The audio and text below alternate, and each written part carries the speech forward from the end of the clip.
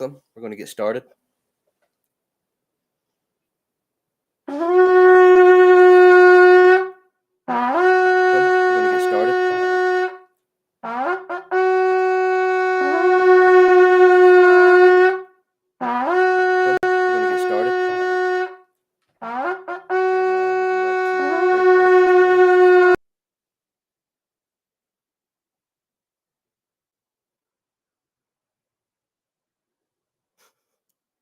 I'll go ahead.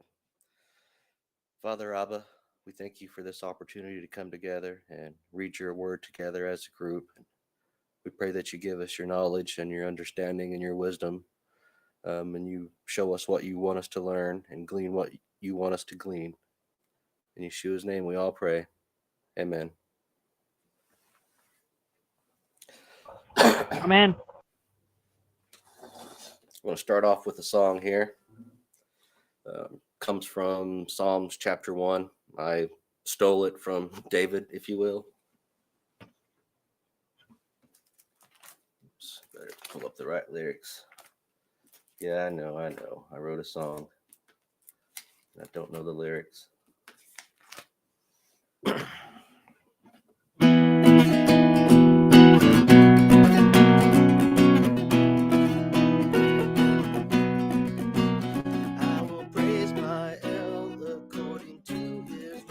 Righteousness, I will sing praise to Yeshua.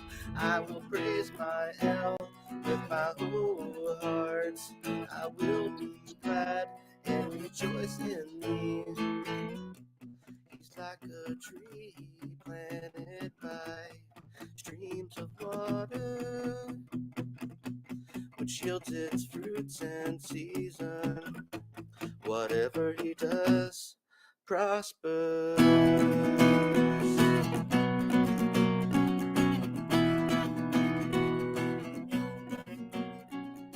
Blessed is the man who doesn't walk in the counsel of the wicked, or stand in the way of sinners, but his delight is in the Torah. On this he meditates both day and night. He's like a tree planted by streams of water, which yields its fruits in season. Whatever he does prospers.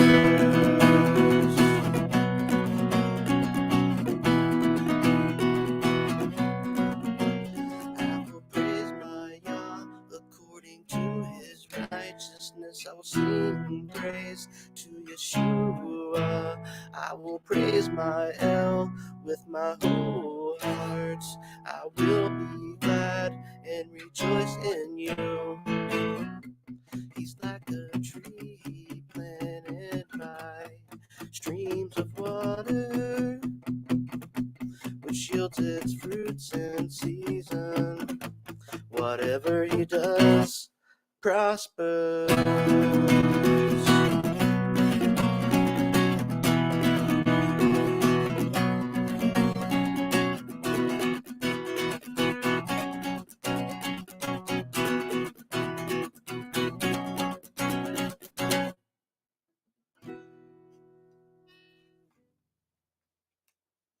Very nice, sir. Very nice. Thank you. Give all the glory to y'all. I'm going to do one more.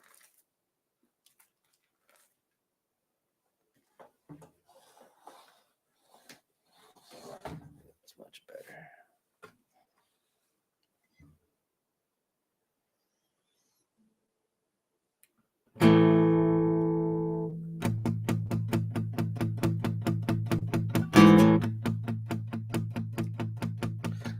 Who am I that you are mindful of me? That you hear me when I call? Is it true that you are thinking of me? How you love me? It's amazing.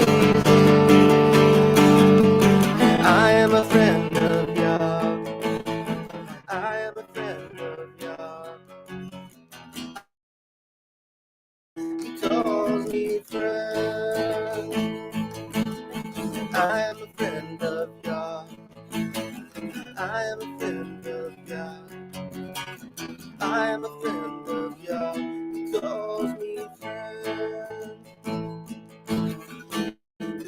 my, that you are mindful of me, that you hear me when I call.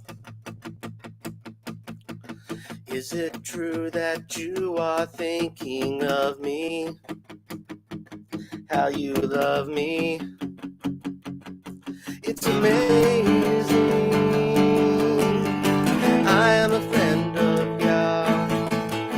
I am a friend of Yah. I am a friend of Yah. He calls me friend. I am a friend of Yah. I am a friend of Yah. I am a friend of Yah. He calls me friend.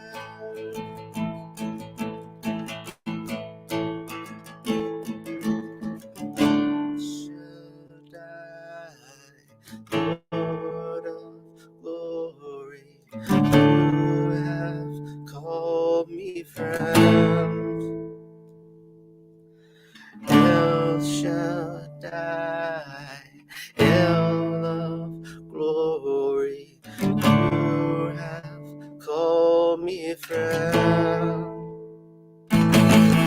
I am a friend of Yah. I am a friend of Yah. I am a friend of Yah. He calls me friend.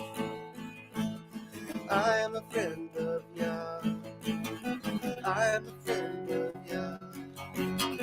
I am a friend of Yah. He calls me friend. Thanks, guys. Move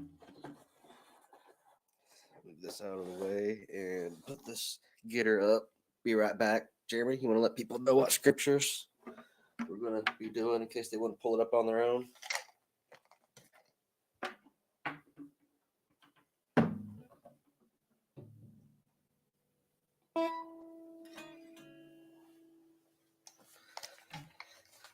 See, we're going to be doing Genesis 41 through 44, verse 17. All right, let me put my screen share up here.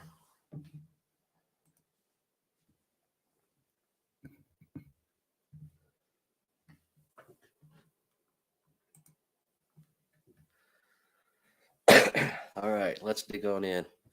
And it was 41 through 42. What meow, Deezer? So I know when to stop. Verse 17. Yeah, 41 through 44, 17. Okay. Yep. And it came to be at the end of the 2 years' time that Pharaoh had a dream and saw him standing by the river and saw 7 crowns coming up out of the river, beautiful looking and fat, and they fed amongst the reeds. Then saw 7 other cows coming up after them out of the river, ugly and lean of flesh, and stood by the other cows on the bank of the river. And the ugly and lean of flesh cows ate up the 7 beautiful looking and fat cows. Then Pharaoh awoke, and he slept and dreamed a second time and saw 7 heads of grain coming up on one stalk, plump and good. And saw 7 lean heads scorched by the east wind coming up after them. And the 7 lean heads swallowed the 7 plump and complete heads. Then Pharaoh awoke and saw it was a dream. And it came to be in the morning that his spirit was moved, and he sent and called for all the magicians of Mitzrayim, and all its wise men. And Pharaoh related to them his dreams, but there was no one who could interpret them for Pharaoh. Then the chief cupbearer spoke to Pharaoh, saying, I remember my crimes this day. When Pharaoh was wroth with his servants, and put me in confinement in the house of the captain of the guard, both me and the chief baker, each one of us dreamed a dream in one night, he and I. Each of us dreamed according to the interpretation of his own dream. And there was with us a Hebrew youth, a servant of the captain of the guard, and we related to him, and he interpreted our dreams for us. To each man he interpreted according to his own dream. And it came to be as he interpreted for us, so it came to be. He restored me to my office, and he hanged him. Then Pharaoh sent and called Joseph, and they hurriedly brought him out of the dungeon. And he shaved and changed his garments and came to Pharaoh. And Pharaoh said to Joseph, I have dreamed a dream, and there is no one to interpret it. Now I myself have heard it said of you that you understand a dream to interpret it. And Joseph answered Pharaoh, saying, It is not in me. Let Elohim answer Pharaoh with peace. And Pharaoh said to Joseph, See, in my dream I stood on the bank of the river, and saw 7 cows coming up out of the river, beautiful looking and fat, and they fed amongst the reeds. Then saw 7 other cows coming up after them, poor and very, very ugly, and lean of flesh, such ugliness as I have never seen in all the land of Mitzrayim.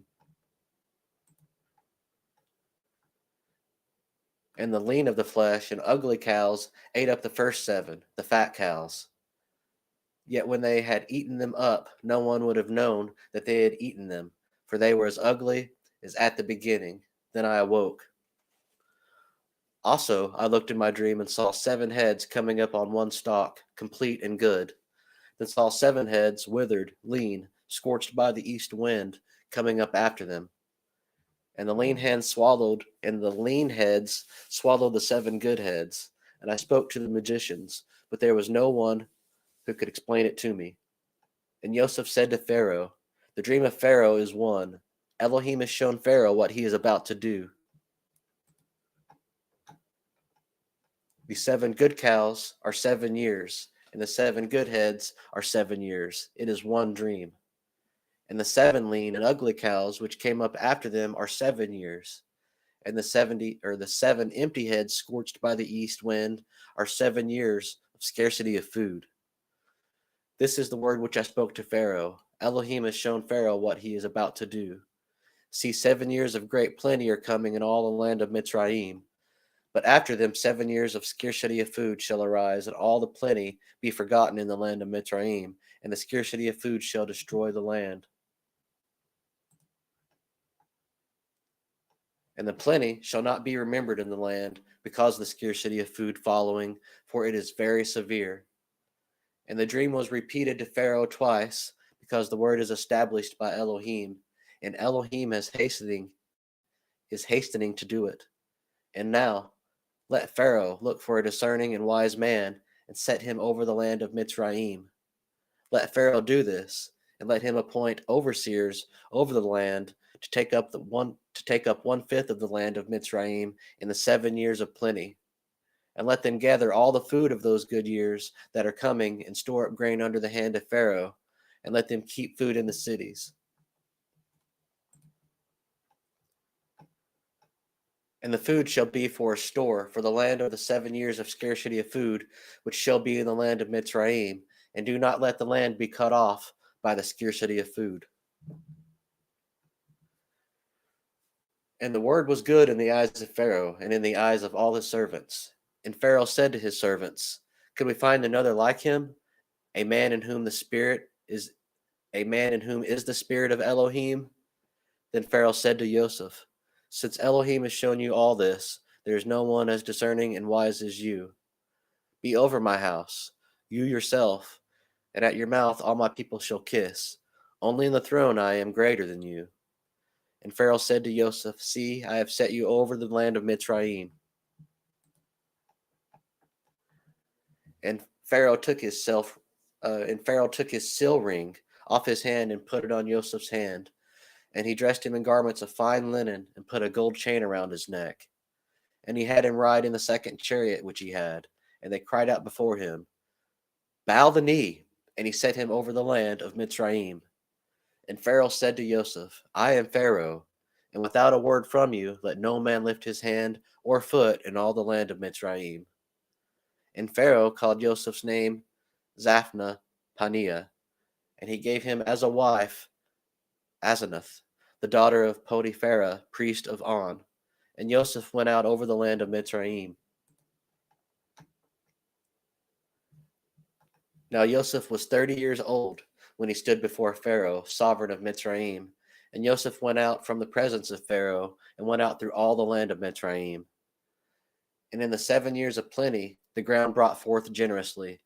And he gathered all the food of the 7 years which were in the land of Mitzrayim, and laid up the food in the cities. He laid up in every city the food of the fields which surrounded them.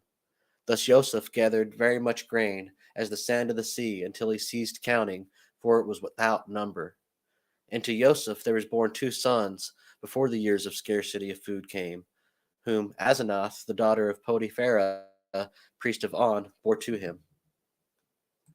I'm probably butchering those names, but and Joseph called the name of the firstborn Manasseh, for Elohim has made me forget all my toil and all my father's house. And the name of the second he called Ephraim, for Elohim has caused me to be fruitful in the land of my affliction. And the 7 years of plenty which were in the land of Mitzrayim came to an end, and the 7 years of scarcity of food began to come, as Joseph had said. And the scarcity of food was in all the lands, but in all the land of Mitzrayim there was bread. But when all the land of Mitzrayim hungered, and the people cried to Pharaoh for bread, Pharaoh said to all the Mitzrites, "Go to Joseph, do whatever he says to you." And the scarcity of food was over all the face of the earth, and Joseph opened all the storehouses and sold it to the Mitzrites, and the scarcity of food was severe in the land of Mitzrayim.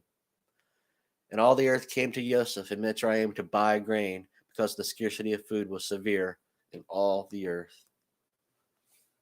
Is there any comments on Genesis 41 here?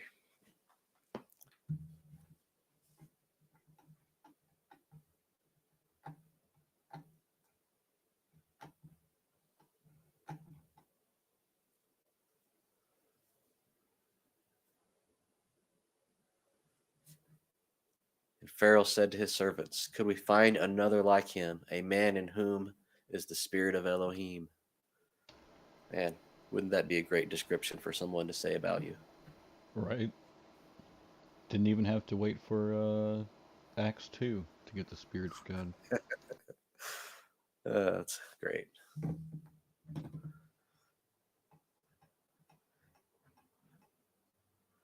All right. Anybody else have any comments or concerns, thoughts? If not, I'll go ahead and jump on into 42. Right? It got quiet quick. The David Grohl, I think, for Patterns of Evidence, the Exodus. Dave Grohl. Man, honestly, it's something similar to that. It may be Roll, like Rohl, but anyways, he points out that the cows came up out of the river, and so the 7 years of plenty was like a good flooding of the Nile, and then the 7 years of famine was like a super flood, and so there was so much water that the land didn't dry out and they didn't get to plant at all. And Wow. so So it that's wasn't why dry. It was more yeah, of just it doesn't necessarily say it was a drought. It just says that there's no food. So everything would have like spoiled. There would have been mold and mildew everywhere. And then on top of that, it would have been so wet that they just couldn't have planted because the fields were literally full of water. So interesting. yeah, but supposedly that helps them date the Exodus because they can track that stuff. And then there's Nice. like a spillway or a flood zone or something that they created to like help with the flooding, and it's named after Jacob or something.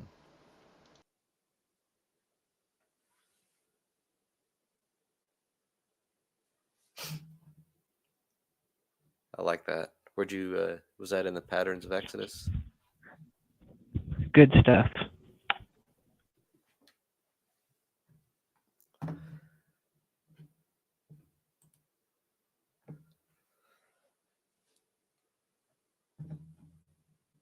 All right, I'm going to jump back into 42 here, Genesis 42:1. Let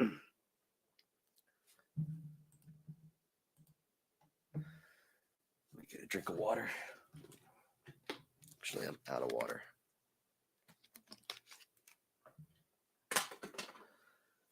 And when Jacob saw that there was grain in Mitzrayim, Jacob said to his sons, "Why do you look at each other? And he said, See, I have heard that there is grain in Mitzrayim. Go down to that place and buy for us there, and let us live and not die. And Joseph's 10 brothers went down to buy grain in Mitzrayim. But Jacob did not send Joseph's brother Benjamin with his brothers, for he said, Lest some harm come to him. And the sons of Yisrael went to buy grain among those who journeyed, for the scarcity of food was in the land of Canaan. And Joseph was the governor over the land. He was the one who sold all to all the people of, and he, excuse me, let me start over. And Joseph was the governor over the land. He was the one who sold to all the people of the land. And Joseph's brothers came and bowed down before him with all their faces to the earth.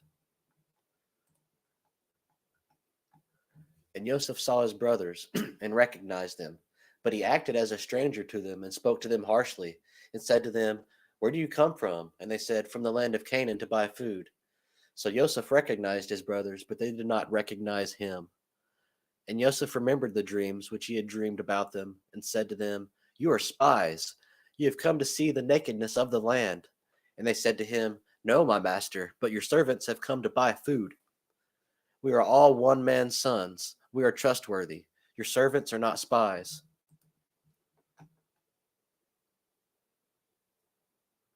But he said to them, No, but you have come to see the nakedness of the land. And they said, Your servants are 12 brothers, the sons of one man in the land of Canaan. And see, the youngest is with our father today, and one is no more. And Joseph said to them, It is as I spoke to you, saying, You are spies, but this you shall be proven. By this you shall be proven. By the life of Pharaoh, you do not leave this place unless your youngest brother comes here. Send one of you, and let him bring your brother while you are kept in prison. So let your words be proven to see whether there is any truth in you, or else, by the life of Pharaoh, you are spies. And he put them all together in prison for 3 days. Now Joseph said to them the third day, Do this and live, for I fear Elohim. If you are trustworthy, let one of your brothers be confined to your prison house, and you, go, bring grain for the scarcity of food of your houses, and bring your youngest brother to me, and let your words be confirmed, and you do not die. And so they did. And they said to each other, Truly, we are guilty concerning our brother, for we saw the distress of his life when he pleaded with us, yet we did not listen. That is why this distress has come upon us. And Reuben answered them, saying, Did I not speak to you, saying, Do not sin against the boy, and you would not listen? And see, his blood is now required of us. And they did not know that Joseph understood them, for he spoke to them through an interpreter. And he turned himself away from them and wept, but came back to them and spoke to them. And he took Shimon from them and bound him before their eyes. And Joseph commanded, and they filled their sacks with grain, also to put back every man's silver to his sack, and to give them food for the journey, and thus it was done for them. So they loaded their donkeys with the grain and went from there.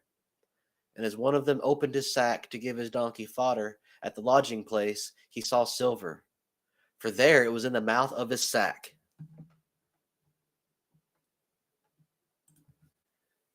And he said to his brothers, My silver has been returned, and there it is in my sack. And their hearts sank, and they were afraid, saying to each other, What is this that Elohim has done to us?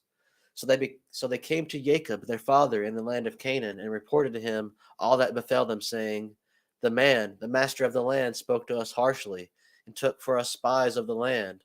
But we said to him, We are trustworthy, we are not spies. We are 12 brothers, sons of our father. One is no more, and the youngest is today with our father in the land of Canaan. And the man, the master of the land, said to us, By this I know that you are trustworthy. Leave one of your brothers here with me, and take food for the scarcity of food for your households, and go. And bring your youngest brother to me. Then I know that you are not spies, but that you are trustworthy. I give your brother to you, and you move about in the land. And it came to be as they emptied their sacks, that look, the bundle of each man's silver was in his sack. And when they and their father saw the bundles of silver, they were afraid.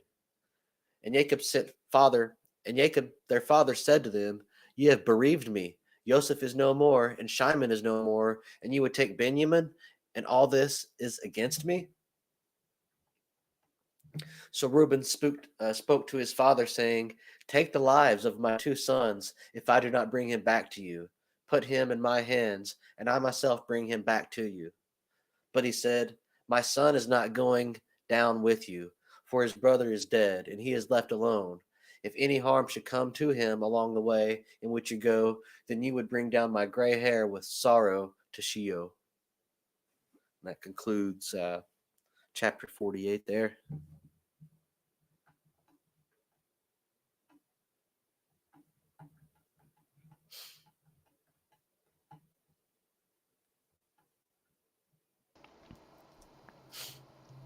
And talk about a rough couple of days. Yeah, Or right. week.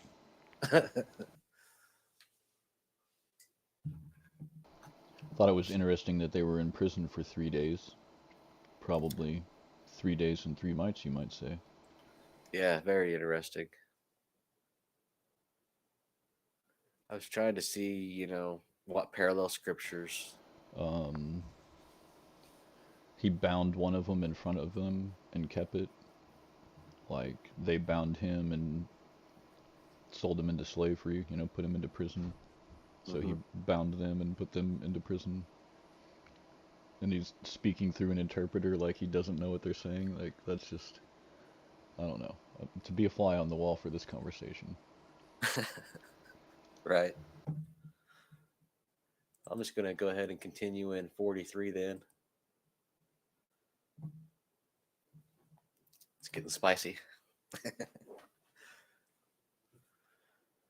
Actually, I'm going to go grab some water. Hang tight. Sorry, guys.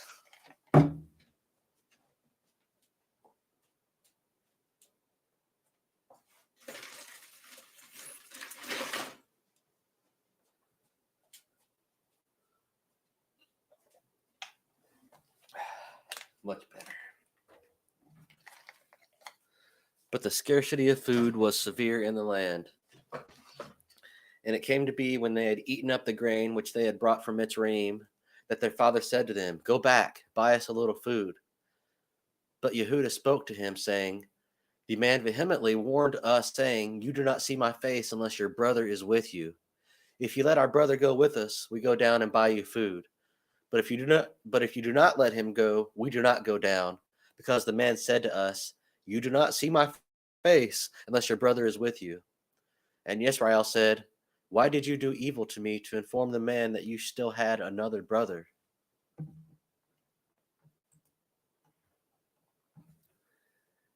And they said, "The man kept asking about us and our relatives, saying, Is your father still alive? Have you another brother?"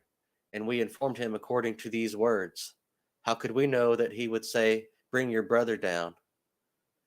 And Yehudah said to Yisrael his father, "Send the boy with me, and let us arise and go, and live and not die, both we and you, and also our little ones.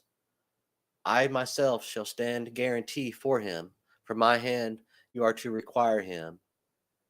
If I do not bring him back to you and set him before you, then let me bear the blame forever. For if we had not delayed, truly by now we could have returned the second time." And their father Yisrael said to them, "If so, then do this. Take some of the best fruit of the land in your vessels, and bring a present down for the man, a little balm and a little honey, spices and myrrh, nuts and almonds.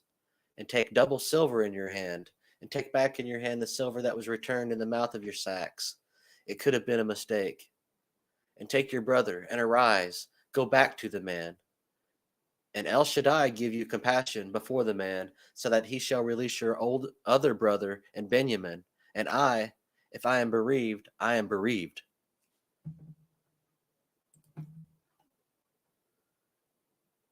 And the men took that present and Benjamin, and they took double the amount of silver in their hand, and arose and went down to Mitzrayim, and stood before Joseph.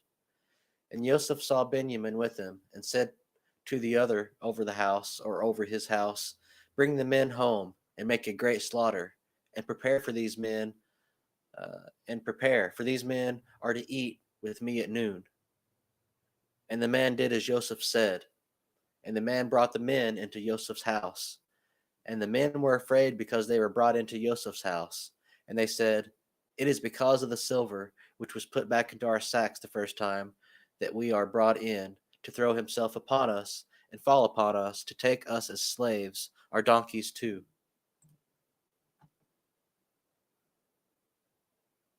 So they came near to the man over the house of Joseph, and spoke to him at the door of the house, and said, O my master, we indeed have come the first time to buy food. But it came to be, when we came to the lodging place, that we opened our sacks and saw each man's silver in the mouth of his sack, our silver in its weight, and we have brought it back in our hand. And we have brought down other silver on our hands to buy food. We do not know who put our silver in our sacks. But he said, peace be with you. Do not be afraid. Your Elohim and the Elohim of your father has given you treasure in your sacks. Your silver had come to me. And he brought Simon out to them. And the man brought the men into Joseph's house and gave them water, and they washed their feet, and he gave their donkeys fodder. And they made the present ready for Joseph's coming at noon, for they heard that they were to eat there. And when Joseph came home, they brought him the present, which was in their hand, into the house, and bowed down before him to the earth. And he asked them about their welfare, and said, is your father well? The old man of whom you spoke, is he still alive? And they said, your servant, our father, is in good health. He is still alive. And they bowed their heads down and did obeisance.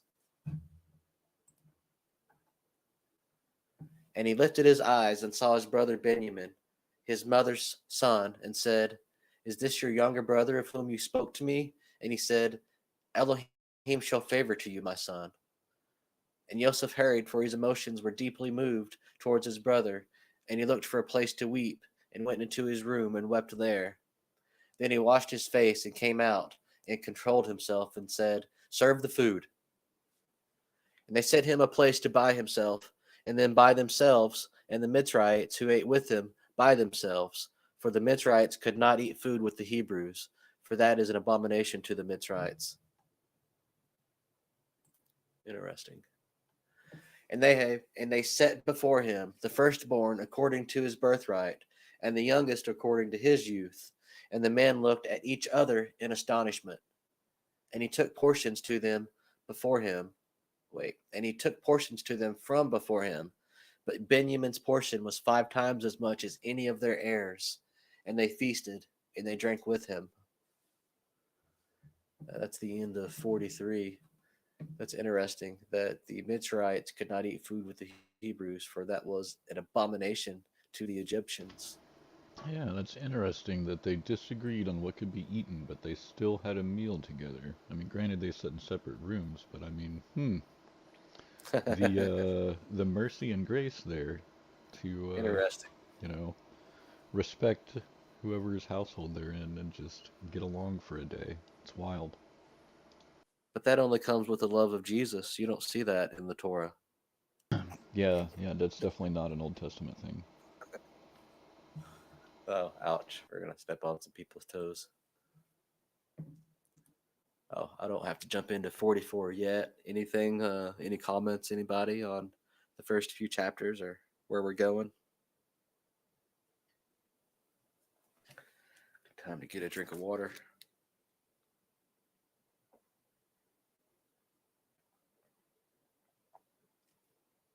Excuse me.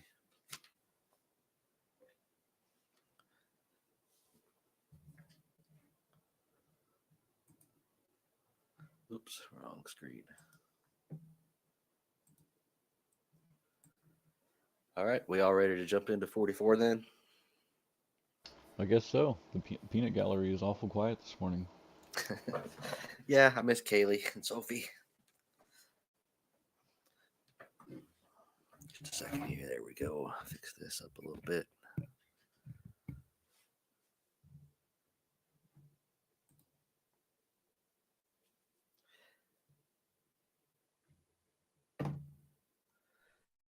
And he commanded the Has one. anyone heard from? Sorry, Dustin. Go ahead. I'm just getting back into the scripture. And he commanded the one over his house, saying, fill the men's sacks with food, as they are able to bear, and put each man's silver in the mouth of his sack. And put my cup, the silver cup, in the mouth of the sack of the youngest, and the silver for his grain. And he did according to the word of Joseph, which he spoke. And soon as the morning was light, the men were sent away, they and their donkeys. And when they had gone out of the city, not having gone far, Joseph said to the one over his house, rise up, follow the men, and when you overtake them, say to them, why have you repaid evil for good?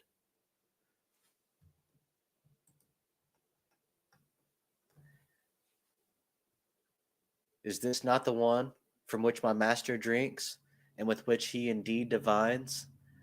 You have done evil in what you have done. So he overtook them and spoke these words to them. And they said to him, why does my master say these words? Far be it from us that your servants should do according to this word. See, we brought back to you from the land of Canaan the silver which we found in the mouth of our sacks. How then should we steal silver or gold from your master's house? With whomever of your servants it is found, he shall die, and we shall become my master's slaves as well. And we're going to 17. Yep, 44:17. And he said, now also let it be according to your words. He with whom it is found becomes my slave, and you are innocent. And they hurried. Each man let down his sack to the ground, and each opened his sack. And he searched with the oldest first, and with the youngest last, and the cup was found in Benjamin's sack. And they tore their garments, and each man loaded his donkey, and went back to the city.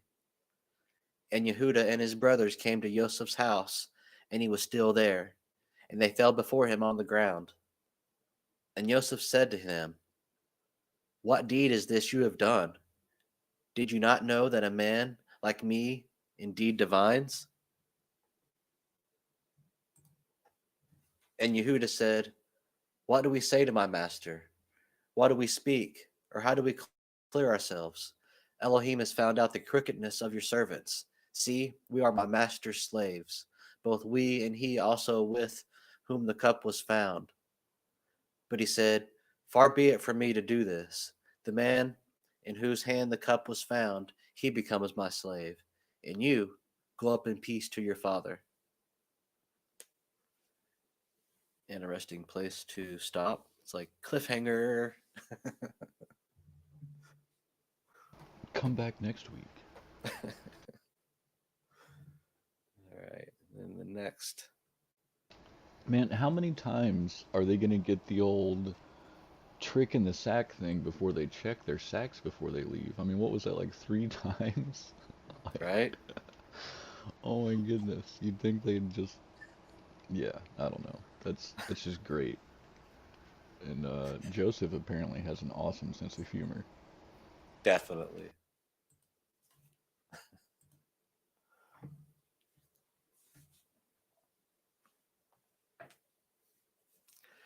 The next part of scripture we'll be reading today is Numbers 7, 42 through 47. This week we're doing some out of Genesis and some out of Numbers in the Torah portion. The next is Zechariah 3 through 4:7. All right. Numbers 7, 42 through 47. Let me scroll down.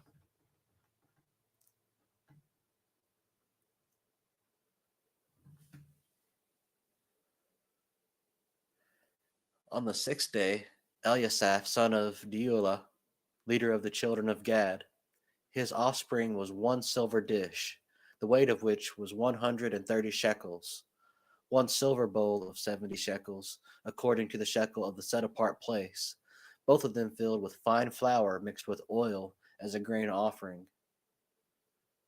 one gold ladle of 10 shekels filled with incense, one young bull, one ram, one male lamb a year old as an ascending offering, one male goat as a sin offering, and as a slaughtering of peace offerings 2 cattle, 5 rams, 5 male goats, 5 male lambs a year old. This was the offering of Eliasaph, son of Deola, or Deal. Interesting.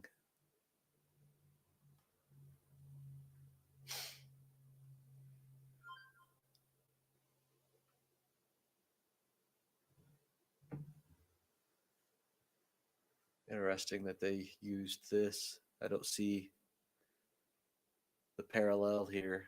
I'm missing something. Yeah, I missed it. I was pouring coffee. Oh, well, awesome.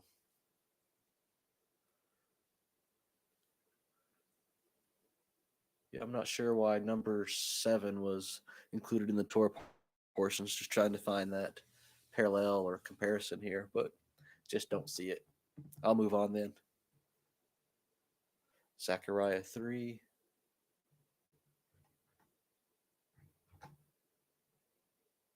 Is the Haftarah portion.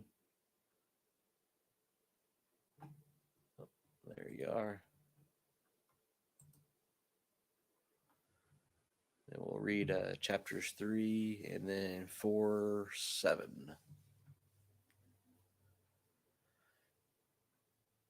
And he showed me Yehoshua, the high priest, standing before the messenger of Yahuwah, and Satan standing at his right hand to be an adversary to him. And Yahuwah said to Satan, Yahuwah rebuke you, Satan. Yahuwah has chosen Jerusalem, rebuke you. Is this not a brand plucked from the fire? And Yahushua was dressed in filthy garments, and he was standing before the messenger. And he answered and spoke to those who stood before him, saying, Remove the filthy garments from him. And to him he said, See, I have removed your guilt from you, and shall put costly robes on you. And I said, Let them put a clean turban on his head. Then they put a clean turban on his head, and they put garments on him. And the messenger of Yahuwah stood by. And the messenger of Yahuwah witnessed to Yahushua, saying, Thus said Yahuwah of hosts, If you walk in my ways, and if you guard my duty, then you shall also rule my house, and also guard my courts, and I shall give you access among these standing here. Now listen, Yehoshua, the high priest, you and your companions who sit before you, for they are men of symbol. For look, I am bringing forth my servant, the branch, or sprout, or stem of Jesse. I don't know. See the stone which I have put before Yehoshua. On one stone are 7 eyes. See, I am engraving its inscription, declares Yahuwah of hosts, and I shall remove the guilt of that land in one day. In that day, declares Yahuwah of hosts, you shall invite one another under the vine and under the fig tree.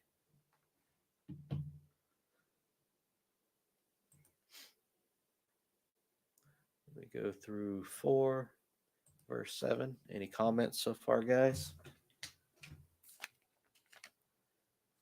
You guys are quiet today.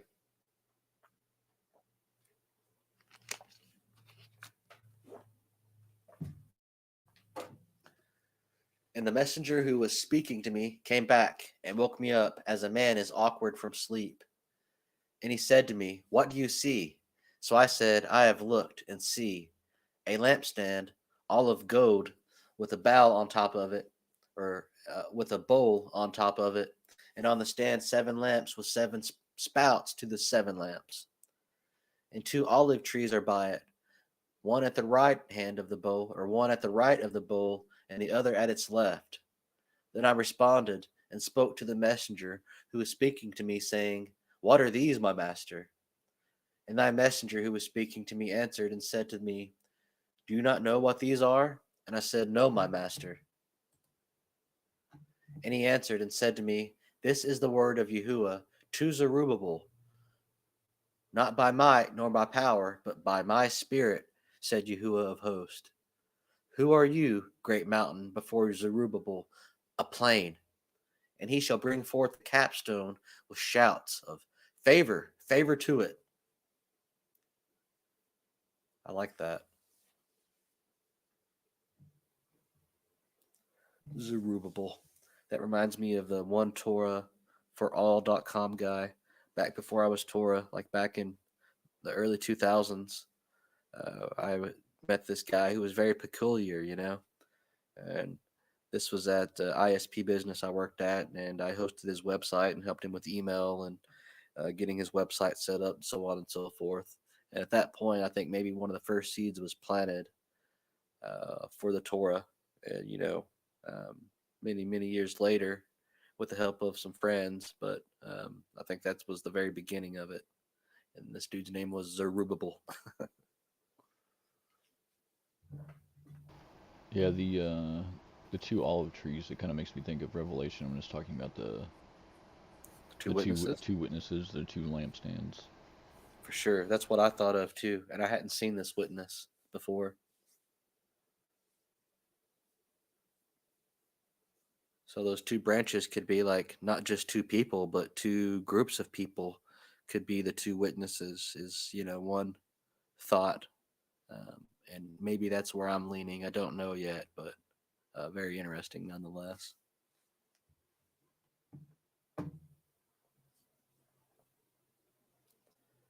Anybody else have any comments, thoughts, questions? If not, we'll move on into the Brit Hadashah portion or New Testament portion in Romans 10.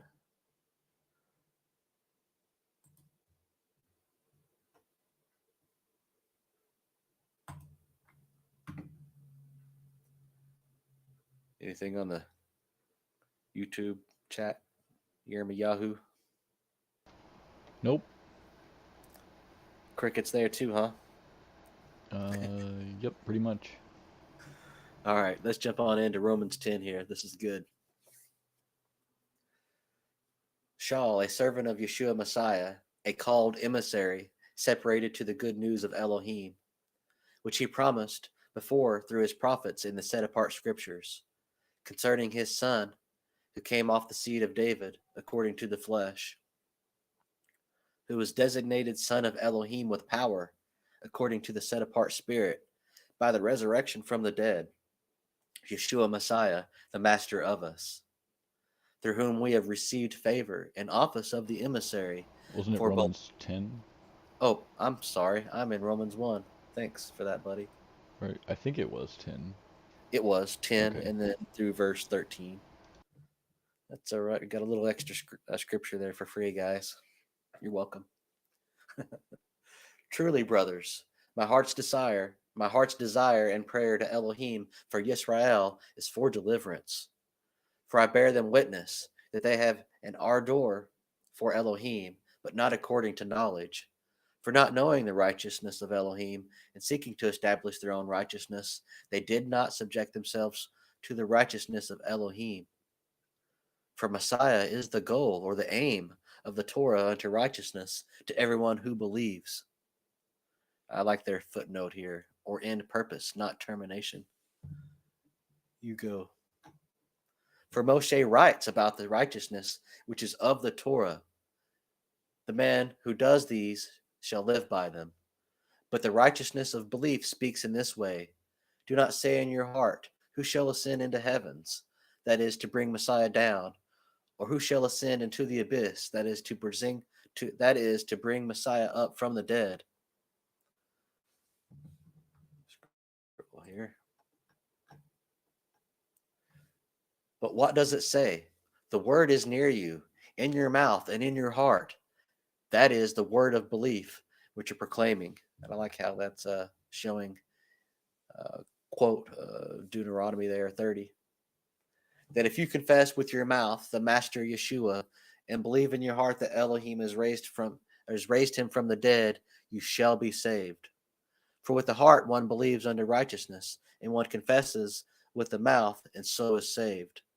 Because the scripture says, whoever puts his trust in him shall not be put to shame. Because there is no distinction between Yehudi, Greek, For the same master of all is rich to all those calling upon him. Everyone who calls on the name of Yahuwah shall be saved. Excellent. Excellent. Excellent. Grafting in message. Very good. It means no matter if if you're Jew or Greek or Asian or whatever, if you reach out to Yeshua, he'll be your Messiah and you're grafted into Israel, which means you're, also entitled to the blessings of Israel if you're obedient. Not only do you have to believe, but you also have to obey. The commandment in John, I think, says, if you love me, you will obey my commandments. It's, not just off of faith, but also obedience to the Father. And through obedience is blessings. Oh, preach it, man. Preach it. My headphones are giving out on me. But yeah, the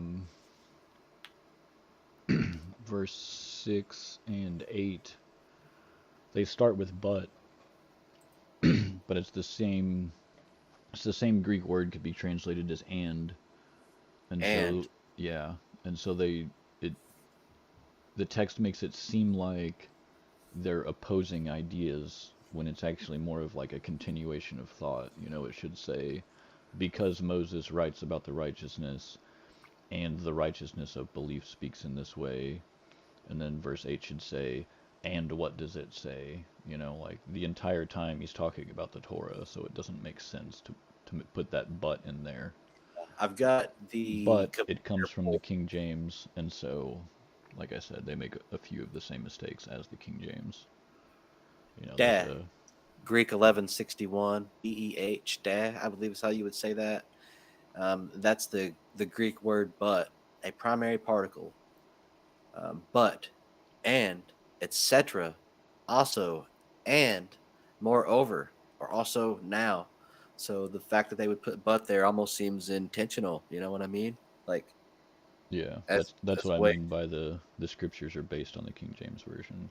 Like it would be nice if they would put a better translated word there, but here we are. Yep, here we are. But hey, we get to point it out on the YouTube and let people know. For sure. Go ahead and bring out these grafted in verses.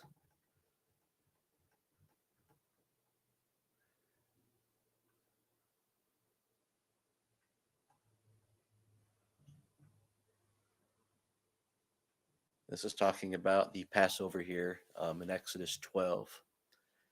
And when a stranger sojourns with you and shall perform the Passover to Yahuwah, let all his males be circumcised, and then let him come near and perform it, and he shall be as a native of the land, but let no uncircumcised eat of it.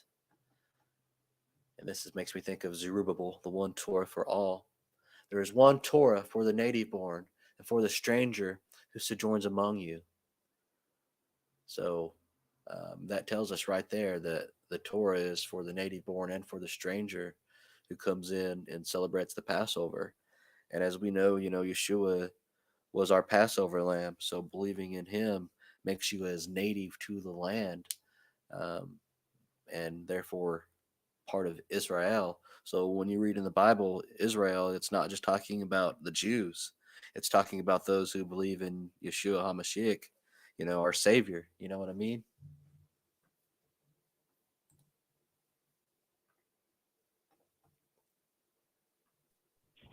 Preach it, Steve.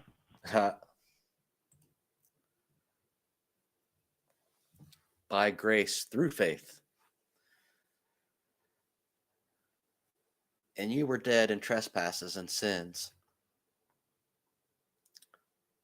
in which you once walked according to the course of this world, according to the ruler of the authority of the air, of the spirit that is now working in the sons of disobedience, among whom also we all once lived in the lust of our flesh, doing the desires of the flesh and of the mind, and were by nature children of wrath, but also the rest. but Elohim, who is rich in compassion because of his great love with which he loved us, even when we were dead in trespasses, made us alive together with Messiah. By favor you have been saved, and raised up together, and made us sit together in the heavenlies of Messiah Yeshua, in order to show us the coming ages, the exceeding riches of his favor and kindness toward us in Messiah Yeshua. For by favor you have been saved through belief, and that not of yourselves, it is the gift of Elohim. It is not by works, so that no one should boast. For we are his workmanship, created in Messiah Yeshua unto him good works, which Elohim prepared beforehand that we should walk in them. And just to clarify, we aren't saved by our works. Works isn't fruit of salvation, or it's not, showing salvation, it's showing obedience. Therefore, remember that you, once nations in the flesh, who are called the uncircumcision by what is called the circumcision, made in the flesh by hands, that at that time you were without Messiah, excluded from the citizenship of Israel, and strangers from the covenants of promise, having no expectation, and without Elohim in the world. But now, in Messiah Yeshua, you who were once far off have been brought near by the blood of the Messiah. For he is our peace, who has made both one, and having broken down the partition of this barrier, and having abolished in his flesh the enmity, the Torah of the commands in dogma, so as to create himself one renewed man from the two, making, Making peace, and to completely restore to favor both of them unto Elohim in one body through the stake, having destroyed the enmity by it. And having come, he brought as good news peace to you who were far off, and peace to those near. To me, that says the good news is that everyone can be grafted into Israel and get the blessings of Israel. I mean, isn't that an amazing announcement? If you weren't aware of this. It sounds like good news to me. So there's my end of um, being grafted in rant. You're welcome. That was a good preach. I like those scriptures, and it's a powerful message.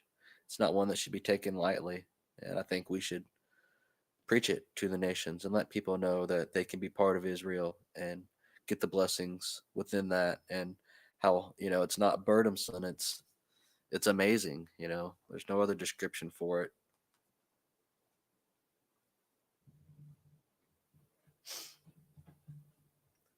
So that concludes the weekly Torah reading, Haftarah, and New Testament. I do have some table talk and questions about this. We can jump into, or whatever else suits your fancy.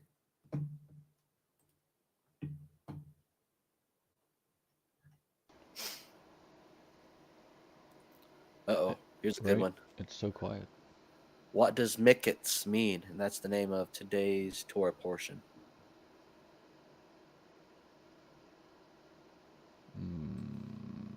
Yep, I don't know. I should always read that at the beginning, like what the portion's name is, and then the meaning of it. So when I ask the question at the end, I'll see who's paying attention. Right? Facts. The word Miketz means, and I'm probably saying that wrong, or Miketz maybe, at the end of, and the end, which can be translated as from the end or at the end of, referring contextually to the 2 years after which Joseph interpreted the dreams of the chief baker and wine steward, but referring prophetically to accurate Hayamim, the end of days, when Yeshua will be revealed to the Jewish people during the times of tribulation and testing, called Chevalet Messiah, the birth pangs of the Messiah. Oh, so you mean like how Judah and Benjamin didn't recognize Joseph? The Jews won't recognize Jesus either. Interesting. Yeah. And even though these guys are very traditional on the HebrewForChristians.com, certain insights like that is just worth it every time. Yeah, definitely. You gotta eat the meat and spit out the bones everywhere, even here. Why did Joseph have to stay 2 more years in prison? The baker and the cook, or the drink pourer, quote unquote, forgot about him until, they could get something else from him again. Of course, it didn't work out the second time, but. According to Midrash, because Joseph had twice appealed to the steward to speak to the Pharaoh on his behalf, he was punished for trusting in man rather than God. So 1 extra year per request. According to another interpretation, the Torah refers to the extra time as 2 years of days to suggest that Joseph suffered willingly, and therefore the time seems as if it were a few days. Interesting. And that's just the answer Right. on this Hebrew for Christian site. That's not. What, can you repeat the first one again? Um, According to Midrash, because Joseph had twice appealed to the steward to speak to Pharaoh on his behalf, he was punished for trusting in man rather than God. One Gotcha. extra year per 1 extra year per request. Hmm. Uh, Pam, can you see the Hebrew for Christian site above in the comments section?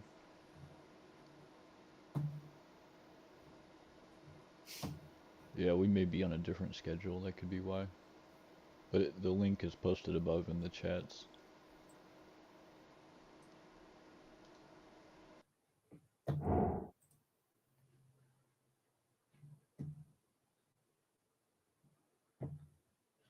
I went ahead and pulled up these portion questions here.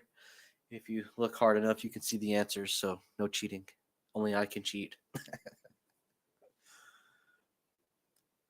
What was Pharaoh's first dream? This is 41, 1 through 4.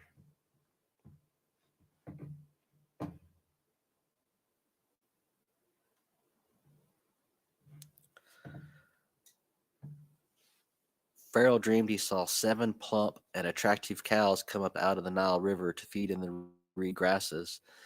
But then 7 skinny cows came out of the Nile and devoured them. Let me just skim through here and pick some of the better questions because there's lots Some of them. cow cannibalism. That's how you get mad cow disease. Apparently that's how it got started in history. Oh, yeah? I have no idea. It sounded good.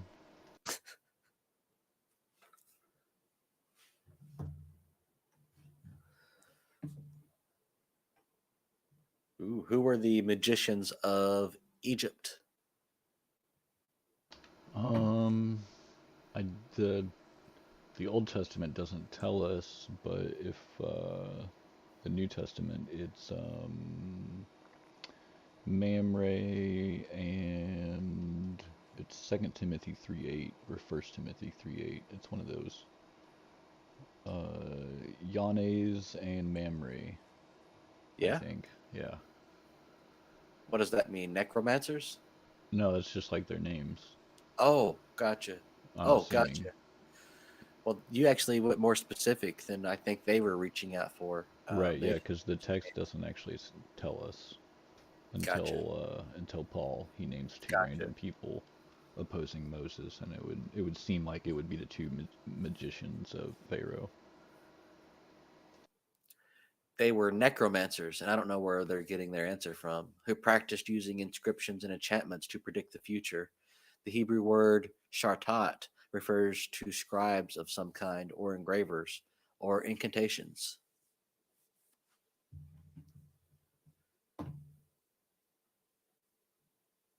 Funny.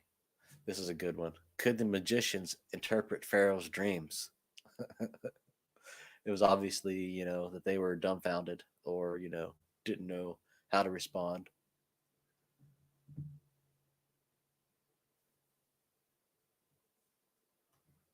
All right.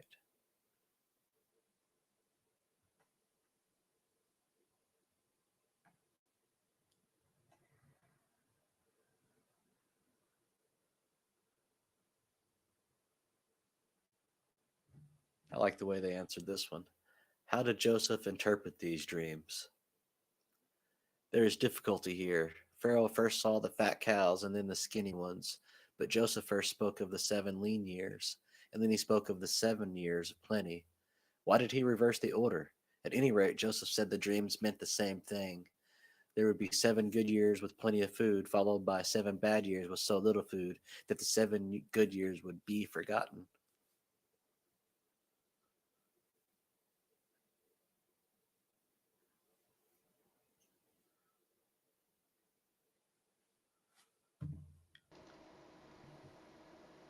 How did Pharaoh honor Joseph, or what did he give him? Remember? His signet ring, I do remember that. Mm-hmm. And his second chariot. And then like rode Yep. him around the kingdom. And in his finest linen garments and a gold necklace. Right?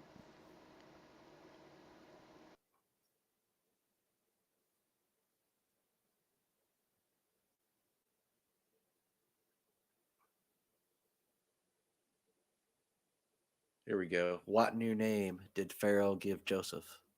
Yeah, I remember you reading it, but I definitely don't remember. The name Zophnath Paniach is thought to mean revealer of secrets. Interesting. Interesting. We got Ebenezer in the comment section. Yeah. I'm not sure. Maybe that's what the King James says. Oh, that's great. I don't know. I'd have to look at it again. What verse was it? 41:5. 41:45. 41:45. I'll just minimize it. Um,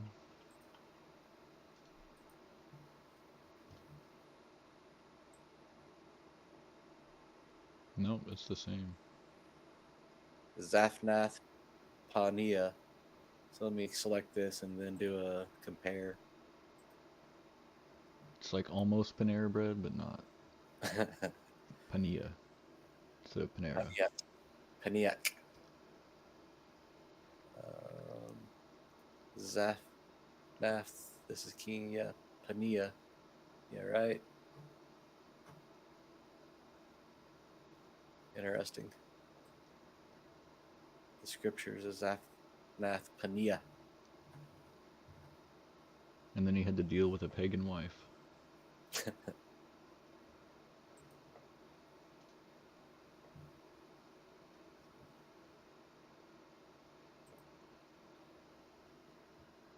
Wait, where did that tab go? Man, I don't know if I could live back then when people just give you a wife, like you don't get any say in it at all. Like if you say no, you just insult the guy, you know? I mean, like what do you do? Like I guess you just hope you like her. Like Well, I guess that's why you have the option for multiple wives. oh I my kid. goodness. But I mean like I don't know. I mean, yeah. I don't know how you act in that situation. We're just things are so different from the way they used to be as far as customs go or traditions. So Yeah, and as far as grab her by she's the daughter of a priest, and so like how do you stand your ground but try and get her to come over to your side without insulting her, making the priest of On, hate you and then him go back to the pharaoh and then, you're causing division amongst the gods and like it just sounds like complicated politics that I would not want to get involved in. Like, I'm glad it wasn't me, that's for sure. right?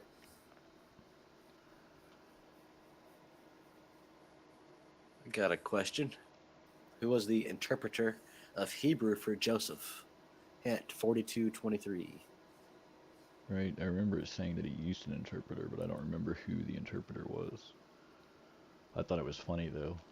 Like, I mean, surely all of the Egyptians knew that he spoke multiple languages, so, like, the interpreter had to have known what was going on, Like, Joseph Well, probably taught the interpreter check this out. You know what I mean? Like, Joseph's son Manasseh was the interpreter as well as the steward who put the money back in the sacks.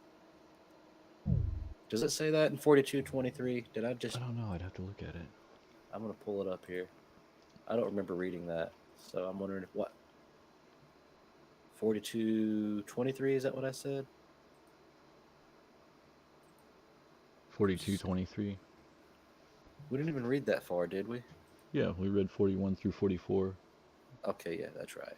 Yeah, I was thinking 42. But it doesn't say who the interpreter is. Nope. Where did they source that from? More like Mishnah. Right. There's Tina. Probably.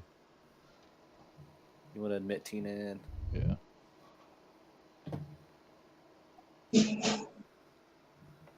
Hey yo, Tina.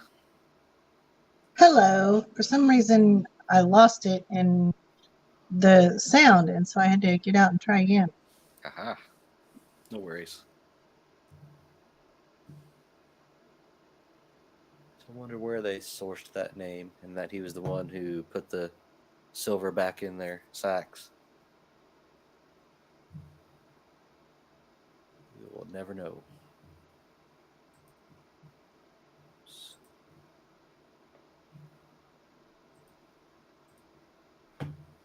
All right, well, let's see if there's any other good questions.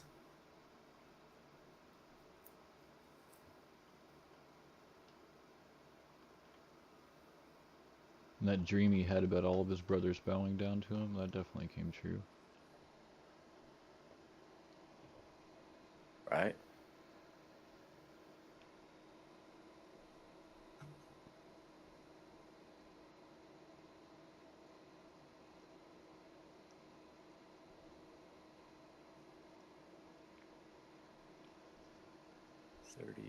Question 32. Why did Jacob appeal to El Shaddai to show pity on the family?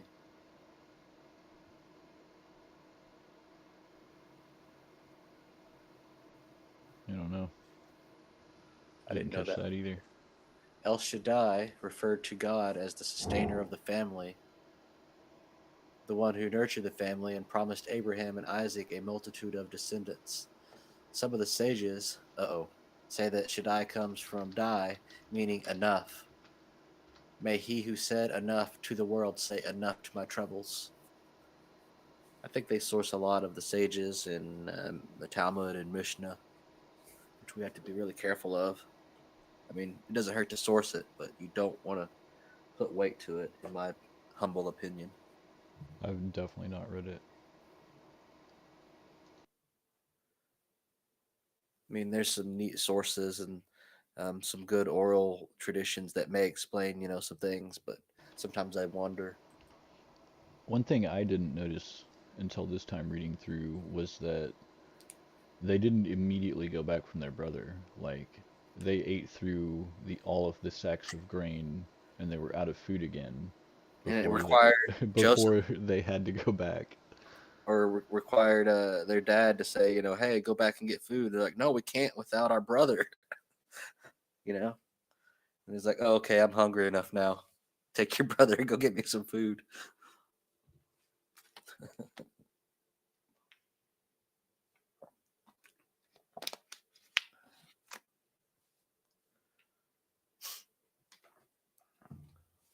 Well, I can't think of any more questions or any more topics in regards to this. I saw a chat message. Ooh, there's 7. Let's see what's going on. Gotcha. Nothing. All right.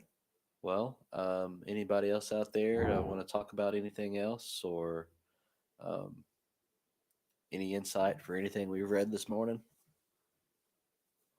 They said Romans 10:13. What? We read Romans 10. Oh, Yeah, we read up to 13, I think. All right, let's pull it back up. But anything specific about it? What does it mean? Shall not be put to shame. Romans 10:13.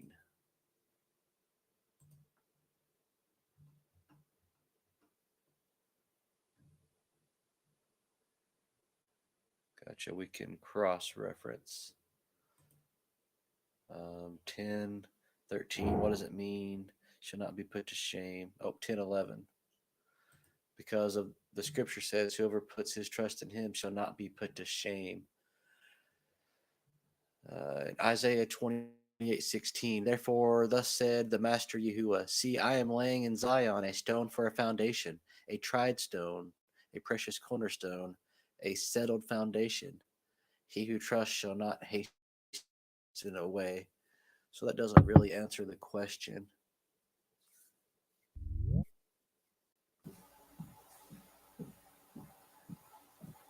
Hey, Richard, welcome.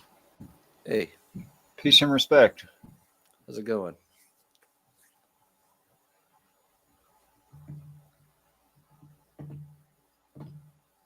So the question is, what does it mean to not be put to shame here in this Romans 10:11? Let's break it down here then and look up the definition. I mean, I guess I don't understand. What do you not understand about, or what's your question about it, or like, I don't know. I guess I don't understand the question.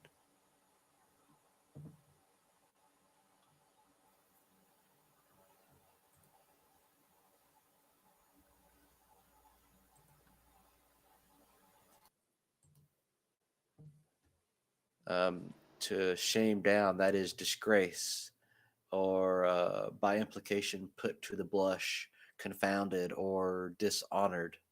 If that answers that for you.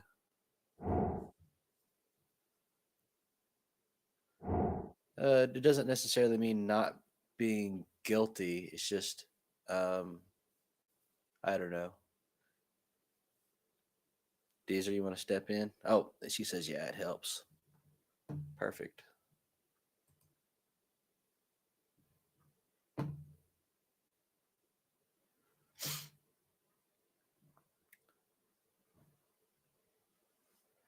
All right. Any other questions, thoughts, concerns, or other rabbit holes we want to jump down in here, guys?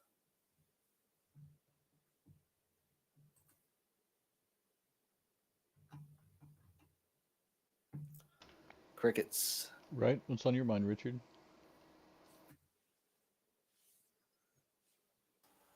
I'm just trying to catch up. I just came in as soon as I saw you guys were live, so I'm just going to be silent. I don't have any opinions right now. Oh, Yeah, we've pretty much already read through all the scriptures, and I kind of done some little bit of questions through some table talk, and just trying to pick up new discussions now. but yeah, we read through Joseph being in prison and then getting out, his brothers coming in during the 7 years of famine, and basically that story, 41 Genesis 41 through 44, and then followed it through the prophets in the New Testament.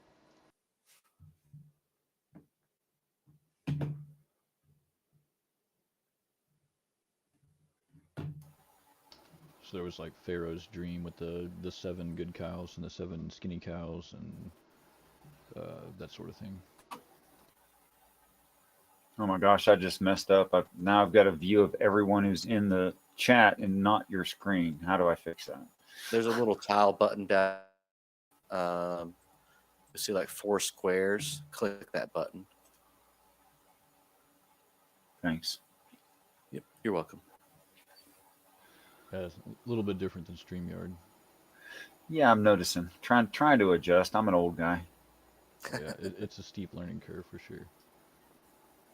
So you saying it's harder than StreamYard? I don't know. It's just very different. Like in StreamYard, like we're having audio troubles, I guess, where you're really quiet but I'm really loud.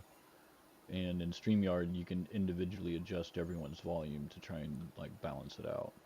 And Oh, you can do that here too. Okay, I haven't figured out how to do that. In the chat tiles on the right hand side. if you click the three dots over a person, you can turn them down. So, for example, if I'm louder than you, you would just want to turn me down through my separate tile there with the three dots. You see that?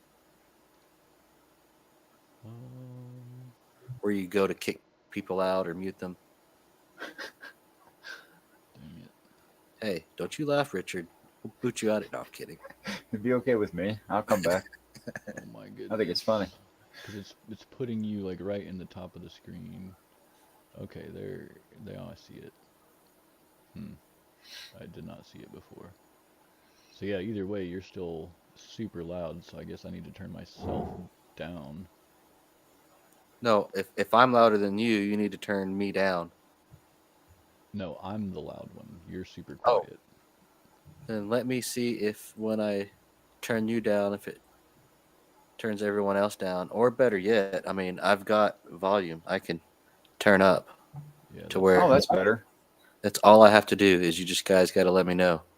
Well, they did, and you didn't do anything about it. So. Oh, when was this? In a chat while I was reading? Mm-hmm.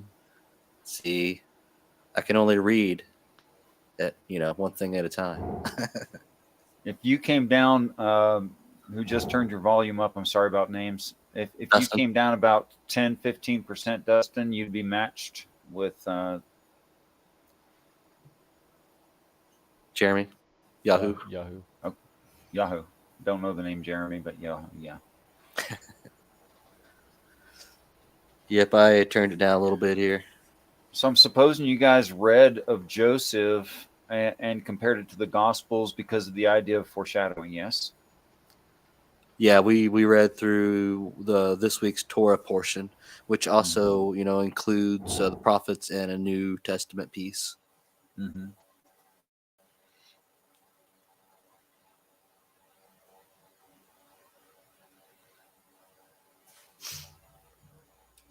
Awesome.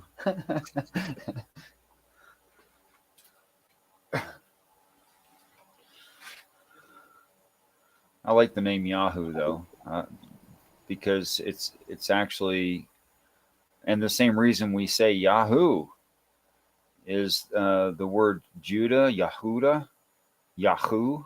Mm-hmm. That means to be celebrated. And to say like those crazy Yahoos, that's actually Yeah, exactly. it's exactly that. They're like wild celebratory, something like that.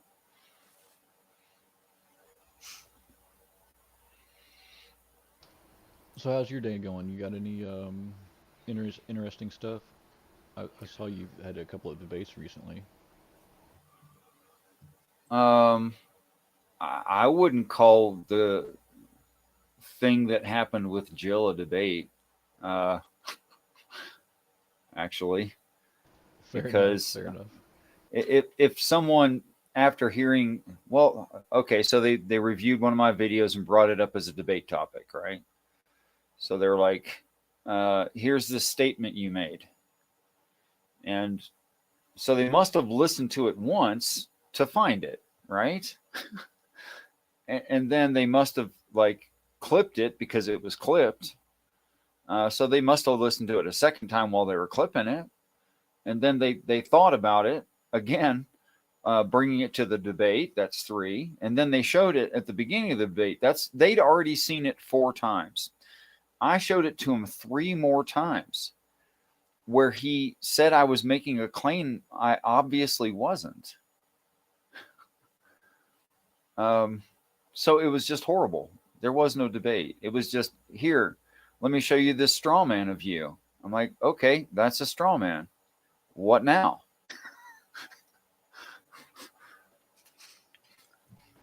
Wow. Sounds like a good hypocritian talk.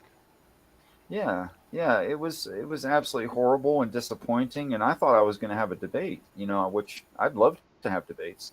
JG is trying to host me as a debater on his channel and do some debates on his channel, but I need serious interlocutors who have the ability to hear. Right. Yeah, I saw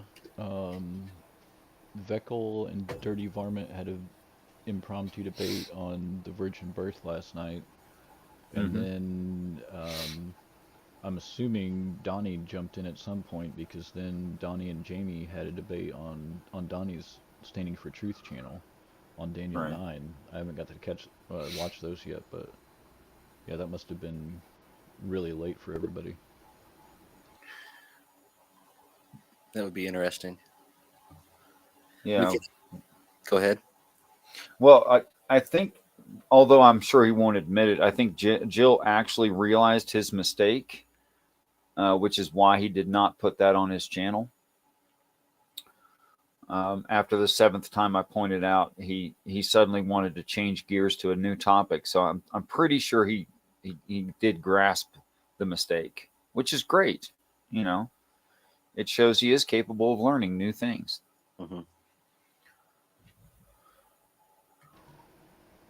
Yeah, I haven't got to hear a whole bunch of you or Jill. I've heard more of you, and I would probably side more with the way you read scripture.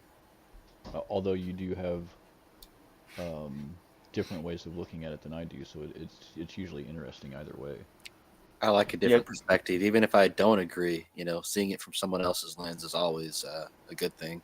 Right. Whether I, drink it and swallow it, I may take a taste of it and spit it out, but I still like other lenses. I think the thing to do is what you guys are doing here. You know, look into the actual definitions and the etymology so you can gain context of how they would mean the word. Mm-hmm. Because the knob on top of your neck is a head, but the pointy part of a spear is also a head. And those are two very, very different things, you know?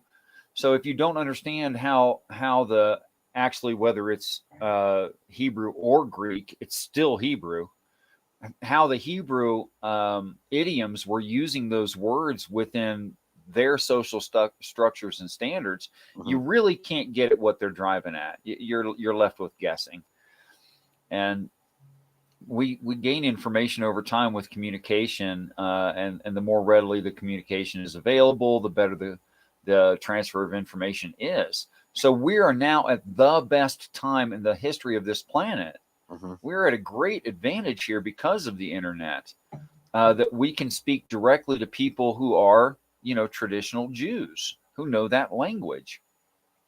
So like in the King James translation, there's some, I think, 4, maybe 5% of words, maybe a little bit less than that, maybe more like 3% of words are just not translated. They didn't know what the words meant. So they just stuck something there where they had to, and where they didn't have to, they just left it blank because they didn't know what the word meant. It's the term lost in translation, Well, untranslated, not even lost in translation. Didn't even get translated. So we can now stick those words in there, those ideas in there, in a idea for idea translation, and it actually lends a lot of depth if a person's willing to do the work. And that's what I do is, I use like the KJV, whatever, it doesn't matter because it's all referring back to the same text. And other than like the Catholic canon, which is completely different from everything. But I'll go back and look at the words that are missing or that didn't have a translation at the time, and go ahead and look into etymology, definition and etymology of that, and stick it in there. And well, it just gives you a more robust understanding than you would just like reading the KJV. So through and because of that, I actually came to understand on my own without any coaching.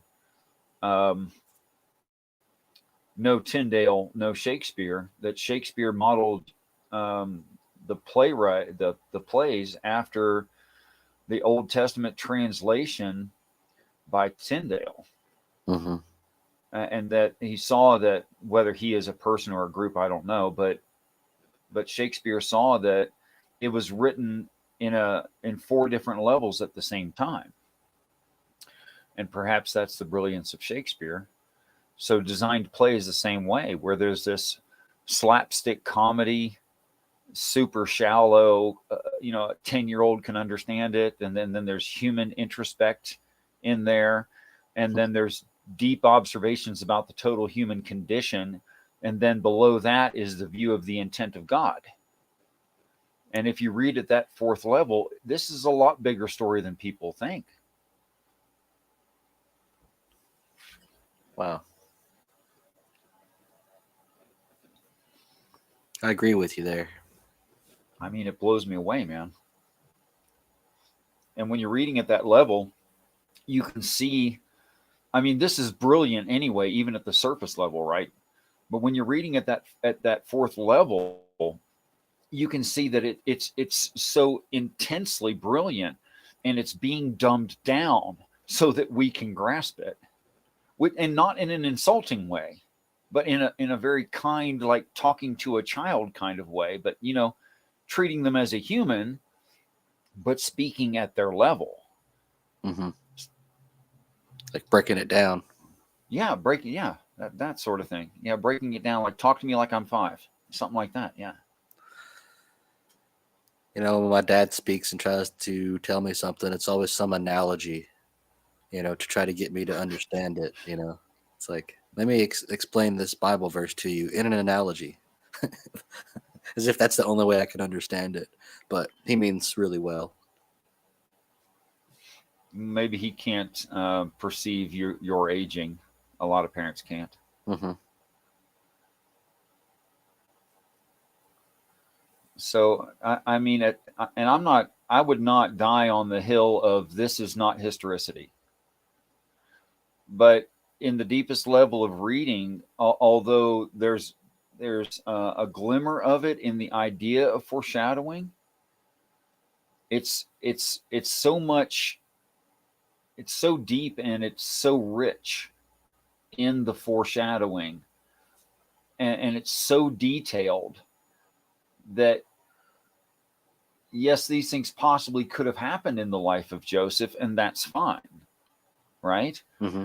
But it's so applicable to the Christ Jesus. I think it can't be mistaken for saying anything but Christ Jesus. I think it's Chuck Missler that coined the term wait, hey, let me get it right. The Old Testament is the New Testament concealed, and the New Testament is the Old Testament revealed. Mm-hmm. I think that's right. Yeah, that sounds right. And I think that's very interesting. There's nothing new under the sun. It's very cyclical, even in a prophetic nature, Sure. Yeah. Like for instance, it was that way of looking at it, which I mean, I apologize to everyone for the translations that we use, because where something looked like the name of a town or the name of a person, they just wrote, the name, the word in the other language, but just they translated the word so you can say things like Bethlehem, Mm-hmm. Right. but that doesn't tell you what Bethlehem means, And then, right? like, even more so in the Torah, like, some of the town names are given their most recent name, even though they're talking about a point in history. Like, they call it whatever the new name is, and instead of what the original name was. Right. And speaking of the word Bethlehem, it's actually 3 Hebrew words. And if I'm saying something you already know, just kind of bear with me because there's a point. It's 3 Hebrew words which are house of bread. Now, if you think about it, it doesn't make any sense to name a city house, because a house is a smaller thing, unless the house were a greater thing. Well, then it would make sense. Like you could say like the house of some royal family, right? And you could say, well, we name the town house after the royal family house, and that would make sense, and that sort of thing does happen. Mm-hmm. But there was an older thing predating the establishment of the township of Bethlehem, which was called House of Bread. It's actually an astrologer's term referring to the constellation that we call Virgo. It's the house of bread, which is a larger, older thing, unless a person is a young Earth creationist, in which case they might have some problems with what I'm saying. But if you stick to what we have that's proposed as actual history of this Earth, so when it says house of bread and it's referring to the constellation has a backstory too. So a person would need to know. Richard Madsen of Demolished Doctrine is talking right now. So you need to know that the constellation Virgo in the story in the stars is referring to the virgin with the sheaves of wheat, and that is it's the mother and grains. So it's actually a reference to the whole of the planet. So it's not illogical to say that there's a level of reading in the Bible where the word Bethlehem means the whole earth. And it's not a town. It's not just a town. That is quite interesting. And there's places where that idea is really important in the text. You know, is it Spica that's in Virgo's hands, the wheat or the grain or whatever? Yeah. And have you looked at Richard? Have you looked at Stellarium and back to the time where supposedly Yeshua was born, and what is in the stars? You know, what it shows Virgo coming out, and she's clad with the sun, with the moon at her feet. And at that time, I've seen all of that presented by Rob Rowe, who was presenting from. Oh my gosh, what's that guy's name? He's somewhat agnostic or something like that. He's brilliant, but I can't remember his darn name. Anyway, yeah, I've seen what you're talking about, and there's actually parts of it that don't work, and here's why. Okay. If the Earth is in the constellation Virgo, and Jupiter is also in the constellation Virgo, they're on opposite sides of the sun from each other, because we had a geocentric model at the time, right? So we didn't have the heliocentric model. So the way that the astrologers would speak about the constellation stars and positions, you would have in order to have Jupiter in Virgo, and also the moon at the feet of Virgo, that would put the moon in an eclipse. So you're saying the difference between like the view of a heliocentric and geocentric model would like shape not an eclipse. It would be a new moon or fully black. In other words, you wouldn't see it against space because where the sun's located at that point. But what'd you say? I'm sorry. So I'm just kind of curious. So you think viewing the scriptures here was vastly different, but between a heliocentric and geocentric lens? Right, and that review does not take into consideration it was geocentric. Mm-hmm. Okay. So you can't have our moon at her feet while Jupiter is in Virgo. That's not going to work. From a heliocentric viewpoint? Well, in a heliocentric viewpoint, it does work, but in a geocentric, it doesn't. Okay. I see. So it's a presentism fallacy to say, okay, this is what they were talking about. Now you still could be right, but you can't use the astrology to do that. And like you could go on to Solar System Scope and go back in time and back up the planets until you get to what you think is the right day and see if that stuff lines up. It doesn't. With Stellarium, it seems to, but I'm not an expert on the topic.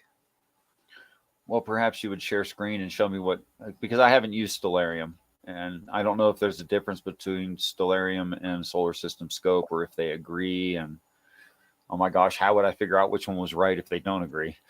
Right. And I don't have Stellarium on this PC, unfortunately. Well, maybe some other time, but definitely. Yeah, there's other problems with that theory.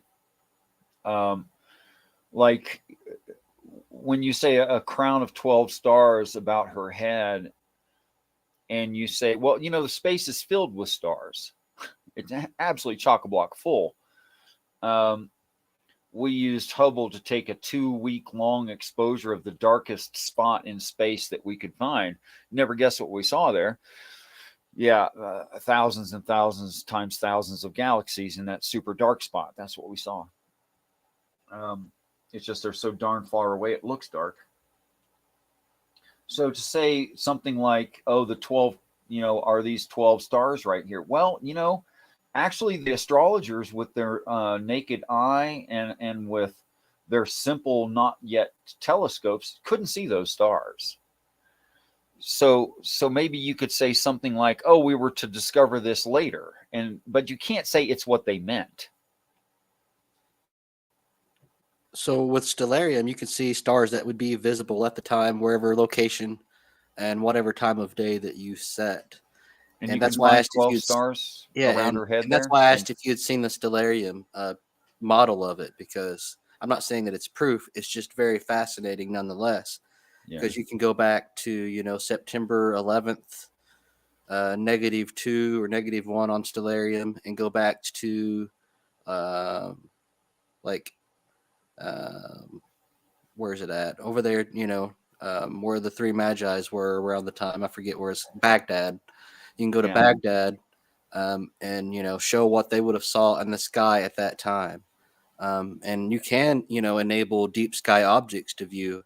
But even without that enabled, you can still see these stars and these planets that go into Leo and turn it into 12 stars. So it's interesting. So you say you can see 12 stars there. Well, you know, it's part of Leo, and then a couple of planets, if I'm not mistaken, don't quote me on that, come into the constellation and make it of 12 stars, if you will. Well, I'm always willing to reconsider, you know, because it's not a pride thing. It's a I want to be right thing. Maybe that is a pride thing. But anyway, I'm willing to accept correction. And that's okay, you know. And I'm not saying this is 100%. It's just a very neat perspective when you bring stellarium, which is just a virtual planetarium that you can install on your PC. And it also shows an interesting picture of like September. When was it, Deezer? September 11th through the 23rd of 2017, I believe. You can see what could be, you know, Revelations, what is it, 9 or chapter 12? Yeah, chapter 12 playing out. That's interesting as well. I'm sorry, the numerical sequences don't do a thing for me. Could you quote some of Revelation that you were talking about there? Yeah. Just paraphrase it. It doesn't have to be perfect. I would rather just pull it up and read it. Okay. But I don't want that. And it's not 12. Where is it, Deezer? Help me out here. You're quiet on me. I'm not. Oh, not Romans. Yeah, I'm not completely sure what you're looking for. Okay, yeah, and this is the woman and the dragon, and you can kind of see this in the sky in stellarium on a specific date. I don't want to try to quote and tell you wrong. I'd rather just, you know, install stellarium and show you sometime. And a great sign was seen in the heaven, a woman clad with the sun, with the moon under her feet, and on her head a crown of 12 stars.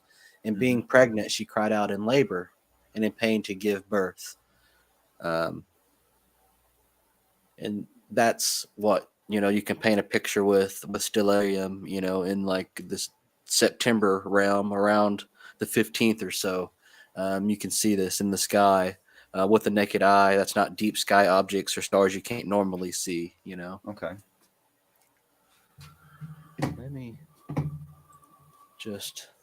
Now, can you tell me what your opinion is on Revelation 12:1 versus the South American visions of the Guadalupe, and how, if you have a theory to justify that, how do you justify that? I don't know what you're talking about, unfortunately. See, the South Americans have a vision of this exact thing, Uh-huh. and they think it's Mary. And there are temples built to Mary all over South America in Christian-controlled areas, which testify that what this is not constellations at all, but the mother of the Christ. Well, couldn't it be a dual meaning, as so many other scriptures are? I mean, I'm not saying that it is or isn't. I'm just... Yes, it can be.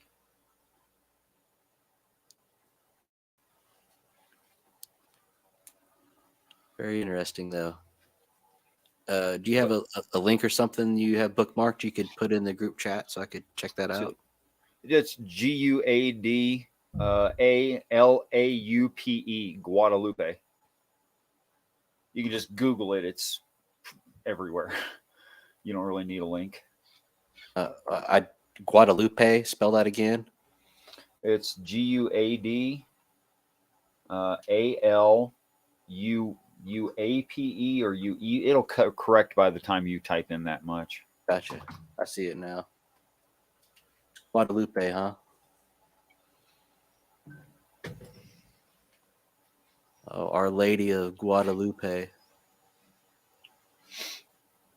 I mean, if we went just by consensus of what amount of Christians believe that what this is the Mother Mary, Guadalupe would smash everything else.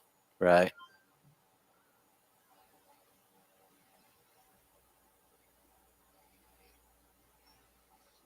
So, of course, I how would don't you describe trust that something with... just for consensus? What's that? Exactly. But it says, and a great sign was seen in the heaven. So how would you, was this, how all the visions that these people have had of the Guadalupe, she was literally above them in the sky. Like, yeah. Like burning bush moments? Yeah, like burning bush moments, yeah. Yikes. And they have confirmations of quote unquote miracles. I mean, actual photography of like the sun looking really weird in the sky and all this stuff. And little kids were visited, which little kid is just like, I'm innocent, believe me, you know. Little kids were visited by the Guadalupe, and she told them of this sun anomaly that would happen. And crowds gathered, and they had cameramen, and they took pictures of the sun doing the funky thing when it did. Which was like, cameras were relatively new back then. So it took a lot of setup. It's not like it wasn't easy to take a photo. And cameras were extremely rare, and especially during it was either World War I or World War II. I'm not great at that these photos were taken. The country and the area was extremely oppressed and very poor. Gotcha. So, I mean, they had to tell people that had a camera, days or even weeks in advance so they could get a camera there to take that photo. And there are photos of something that happened to the sun at least by appearance. And the anomaly lasted less than half a day. Right. So that's freaking amazing. They got photos of it. Right.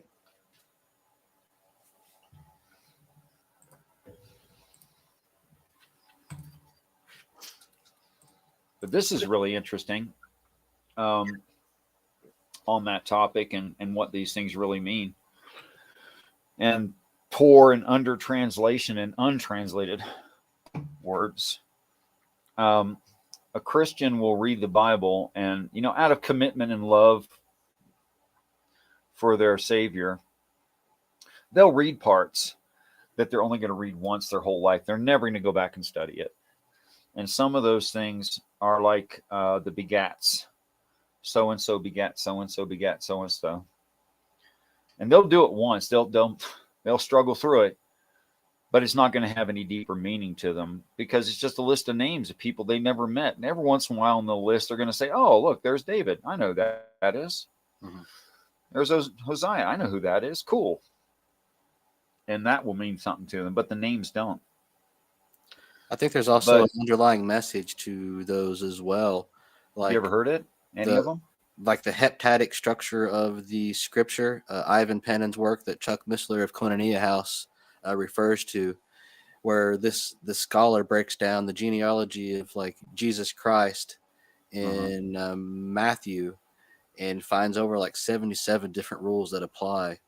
Like, language rules, like every noun is divisible by 7, every verb divisible by 7, yada, yada. 77 of these rules apply, meaning like even with a supercomputer, You'd have a hard time getting it it to would do take that. millions of years with multiple supercomputers, and you just can't produce that. Only way you could produce that is with like a crazy, awesome, super smart creator, and he just happens to put his fingerprint on it, saying, "Haha, catch me if you can." That is kind of what's going on there. And this isn't as complex as that. And he's talking about a special part of the Bible that has that aspect and other parts don't. But if you read of 1 Chronicles 6, 1 through 53, you'd see a long list of names, and they're all Hebrew names. And you might muddle through it, but you probably never go back to it. But I was drawn, because of what I call prayer, to go and look up all of those words, which it's 53 verses of just names. That's all it is. Right. And if you would allow me some patience, I would read you the first, I don't know, tell me when to stop, names. And I'm just going to read you the definitions of the names in the order given, without altering the definitions at all. These are strict definitions of the actual names in the correct order.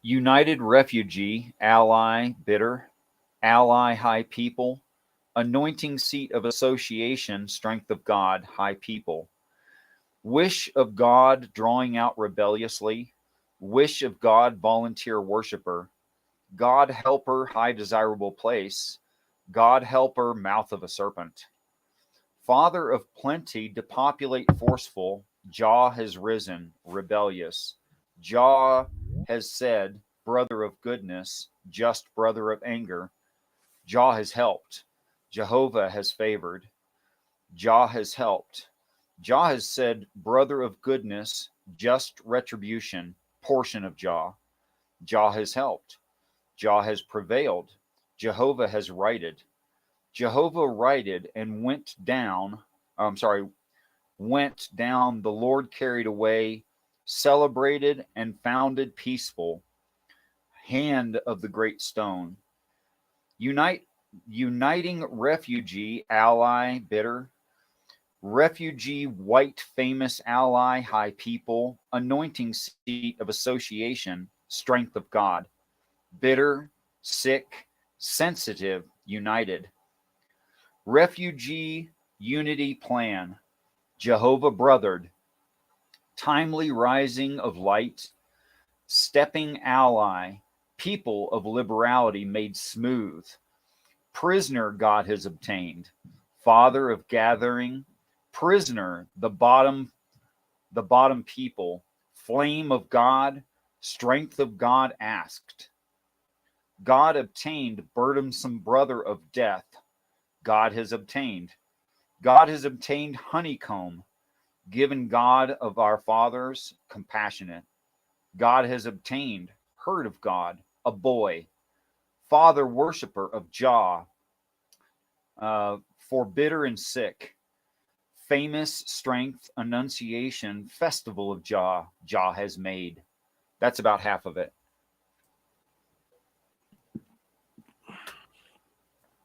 Interesting. Now it's a little bit chunky because their language was. You can put the obvious conjunctions in it, and it becomes really smooth. But it's a lot more than just a list of names. It's a prophecy of the Christ and him defeating the Antichrist in end times is in that story. The just brother of anger against the mouth of a serpent.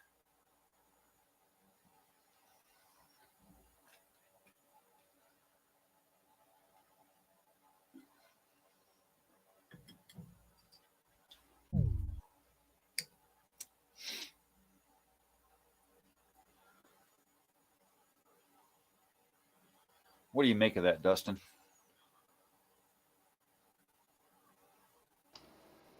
No, it was good stuff. Not sure what Dustin's Actually, saying. it's a pretty good party game too. If you get like 3 or 4 people, one with a notepad, one with an exhaustive concordance, one with a Bible, you can start doing these lists of names. It's exciting, man. I mean, I get ramped up. Maybe it's just me. I'm a weirdo, but Sorry about that. I had my microphone muted. It's a lot. And you were reading like the definition of the names, right? yeah, those are the names translated. They're not translated like in the King James, etc. Mm-hmm. You just read a list of names. But the Hebrew definitions of those words is what I just read you. I just read you a bunch of definitions of words. And it's crazy the power of names and how that is something definitely lost in translation. Yes. There, you'd be able to break down the names by pictograph and, see like, oh, house, oxen, strength. Oh, interesting. You know what I mean? Oh, I just broke down recently the Yod He Vav He. Mm-hmm. And I know that most people haven't, but this is really interesting. The Yod is the palm of the hand or the hand of power. Mm-hmm. That's what the Yod is. The He is the 4 corners of a house, which represents the 4 corners of the great house or the earth, the 4 corners of the earth. The Vav is actually a tent peg. And what a tent peg does is it ties 2 things together and anchors them, right? Mm-hmm. And then the last one is the house again. So the Yod He Vav He is literally the hand of power, which in grace ties heaven to the earth. Wow. Isn't that friggin' gorgeous? Yeah, I like that. It's that. amazing. Very cool. I get never had heard it, man. I never had heard it translated that way. That's intense. It is. But isn't that precisely what the Father, the God is? Mm-hmm. That hand of power that ties us to heaven. Wow.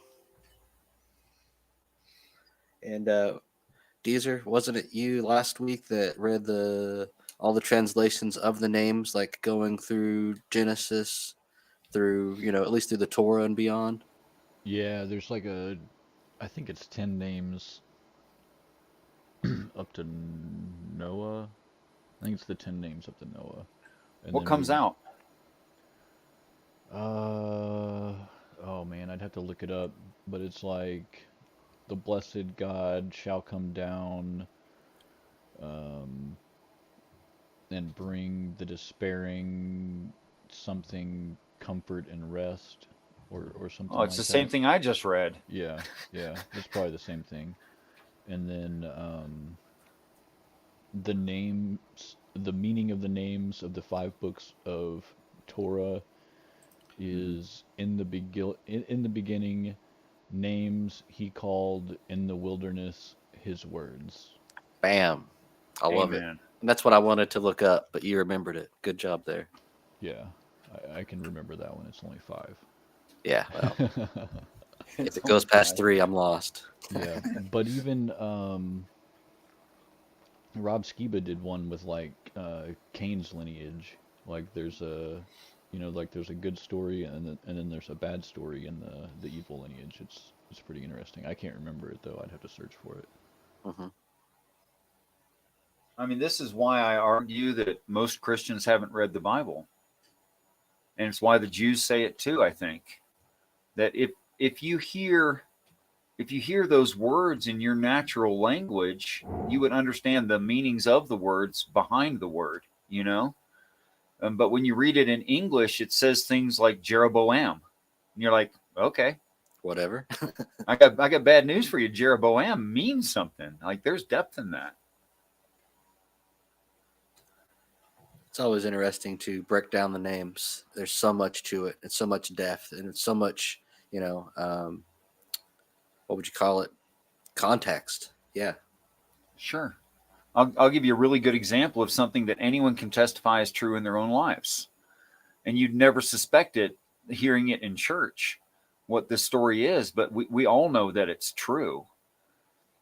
When you start to mature, and you realize what is meaningful and what is not, you have to reconsider how you thought about things. Like, where's your value system at? Is it all about money and success and power? Is that what's really important? Well, you might decide that, love and relationship should actually have precedent over that. You might decide that somewhere in your life. But when you go into that decision making, you're kind of in new territory, and that's a little bit scary, and it's a little bit bewildering. But you go into that territory and you sit there and you look at yourself and what you've been doing, and you say, man, I've got to change this. This is wrong.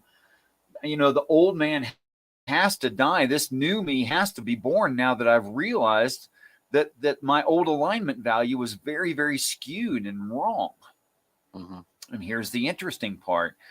That's the second story in the Bible. Because the word Cain, that means transition, and the word Abel means vanity. So transition meets vanity in the wilderness and kills him. Wow. See, now that gives me chills, bro. That's it. Yeah, I think I heard you talking about this the other day. That was very interesting. Wow. I mean, that's just true. How could I say that's not true? You can't make that up, Yeah, it's deep human introspect here.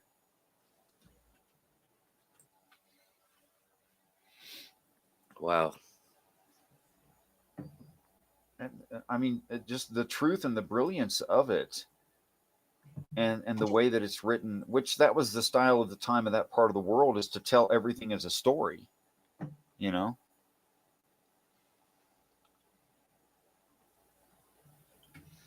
Pam made the comment, Hebrew word pictures by Dr. Frank Seekins.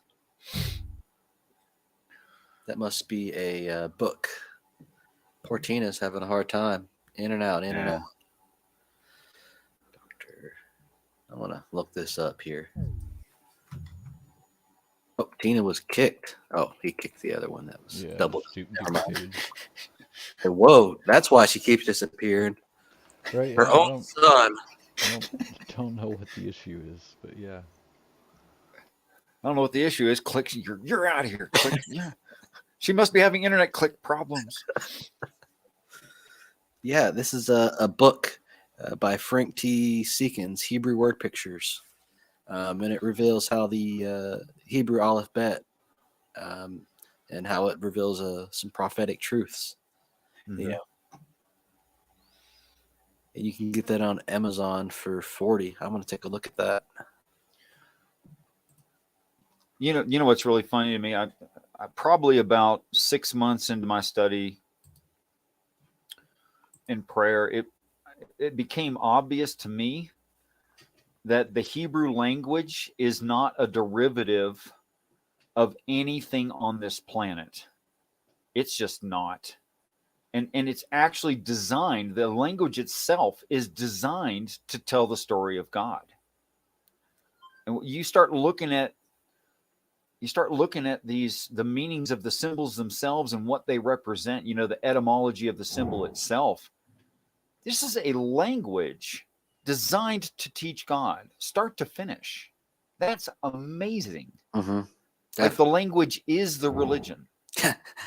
And you just can't make that up. I don't think man could do that. To me, that's another part of God's fingerprint in his word. It's just beyond man's ability to even think about recreating.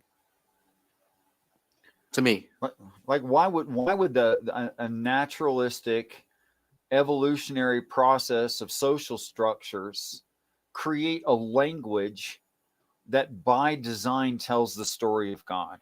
mm-hmm. That's just silly to think that could be true. Mm-hmm.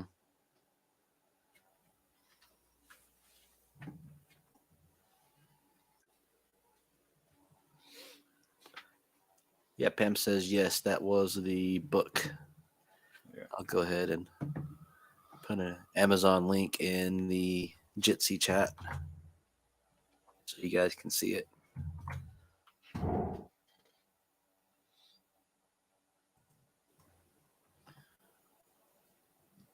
One of the biggest problems that I have with some of our theories, like when's Christmas? You know, when's Christ's actual birth? And looking into the meaning of these Hebrew things, well, first of all, I think it can't be in December. Because it reads in the text that the Savior is born into, in a literal sense, born into the tribe of, not in a spiritual sense, but in a physical sense, is born into the tribe of, oh my gosh, I can't believe I'm stuck on that word. I've said that so many times in my life. Uh-oh.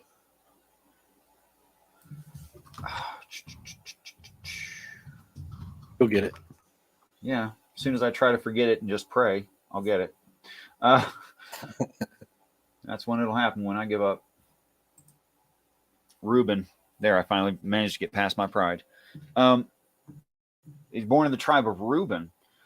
And something that the Christians not living in that community in the ancient Near East or being Jewish don't understand is that the Jewish started off with astrology too. The Hebrew people started off with astrology too. Definitely.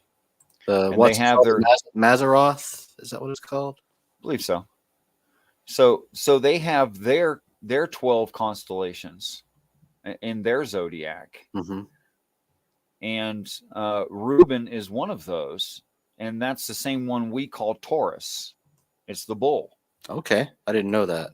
That's why he's born in. That's why there's the slaughtering of a bullock at the birth of the hero. That's why there has to be, because in his birth he slays the bull. That is, he's born into Reuben, which it says so in no uncertain terms. Wow, this is cool. This is taken out of that book that Pam recommended. I think this is just like kind of plucks and a little. I think you can order this as a poster. Oops, let me zoom back in here. You know, I'm a lot less worried about the pronunciation of them, But their meaning. but I want to know why is it shaped like that? That's the interesting part to me. I just saw this and figured I'd share. Give you guys an idea. This is like how to read it, which is really cool too. Mm-hmm. Well, this is just one part of it. I think the book is something else, but this is just kind of a poster, if you will. Yeah. And that's super weird. Nobody knows what the Aleph means. Not even the Jews know. Oh yeah? No, the Jews don't know what the Aleph means. Did you guys notice that they changed the Tav? Like, Go back. before Jesus, the Tav was a cross, but in modern Hebrew they changed it. Oh yeah? It's not Wow. it's not a cross anymore. It's more of like a house or something. So in like Paleo to Mid, it was a cross? Yeah, it was like an X or a T. Ah, interesting. Yeah, so like the Aleph and the Tav, the beginning and the end, was literally like the leader on the cross. But now, I believe Dr. What was his name at the Bible conference? Alonzo. Mm-hmm. He went into something like that because he was using the old Hebrew. Sweet. yeah, Alfonso Monzo the Third, I believe. And this guy takes Yes. kind of some new agey concepts, but takes it kind of back because he like them taking the astrology and making it something else. He kind of does with the chakras and the alignments. Like he takes the Aleph Bet and aligns it with the chakras as you would think is New Age. And this is me paraphrasing, not his words. Well, but very interesting nonetheless. When we say something like New Age, what we're really talking about is in Euro society, some have glommed on to ancient ideas from the East. So it's not actually New Age. It's not but new. The way they're looking, it's in no way new. In fact, it's older than Judaism, a lot of it. Unless you're a young Earth creationist again, in which case it might not be.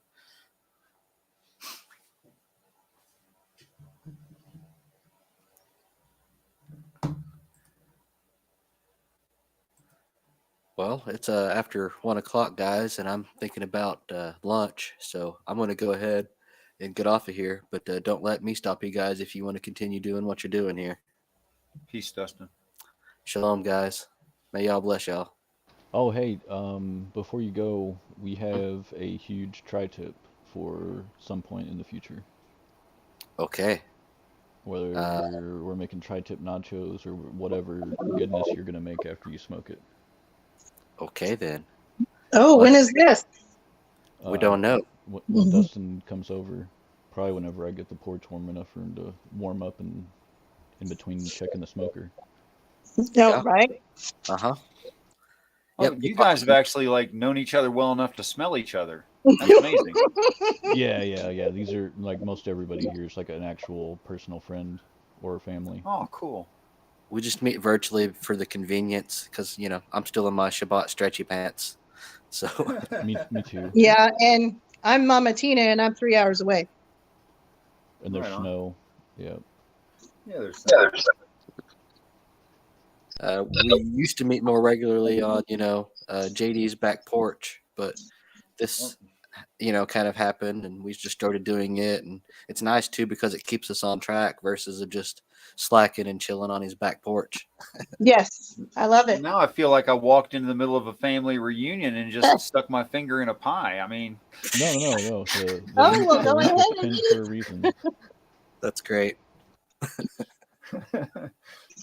No, you're a good. We welcome people. That's why we put it out there in the chat. We like different ideas, as long as we can all get along, and even if we don't see eye to eye, that's all I care about. well, thanks for the potato salad. And next time I'll bring a dish. Okay, guys, I want to get off here and get some lunch. Shalom. All right, take care, sir. You guys have a great day. I'm gonna.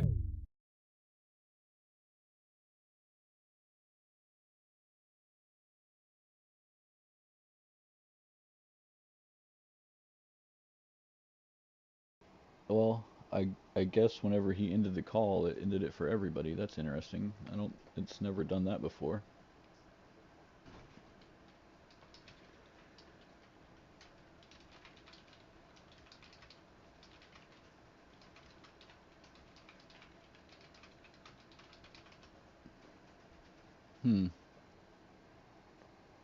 Well, I guess that's it. I'm gonna go start a fire and warm up my porch. And maybe Dustin will come over and smoke me some meat. Probably not. Maybe tomorrow. Who knows? Alright guys, thanks for coming. I've got to catch up on the debates from last night. And I do have an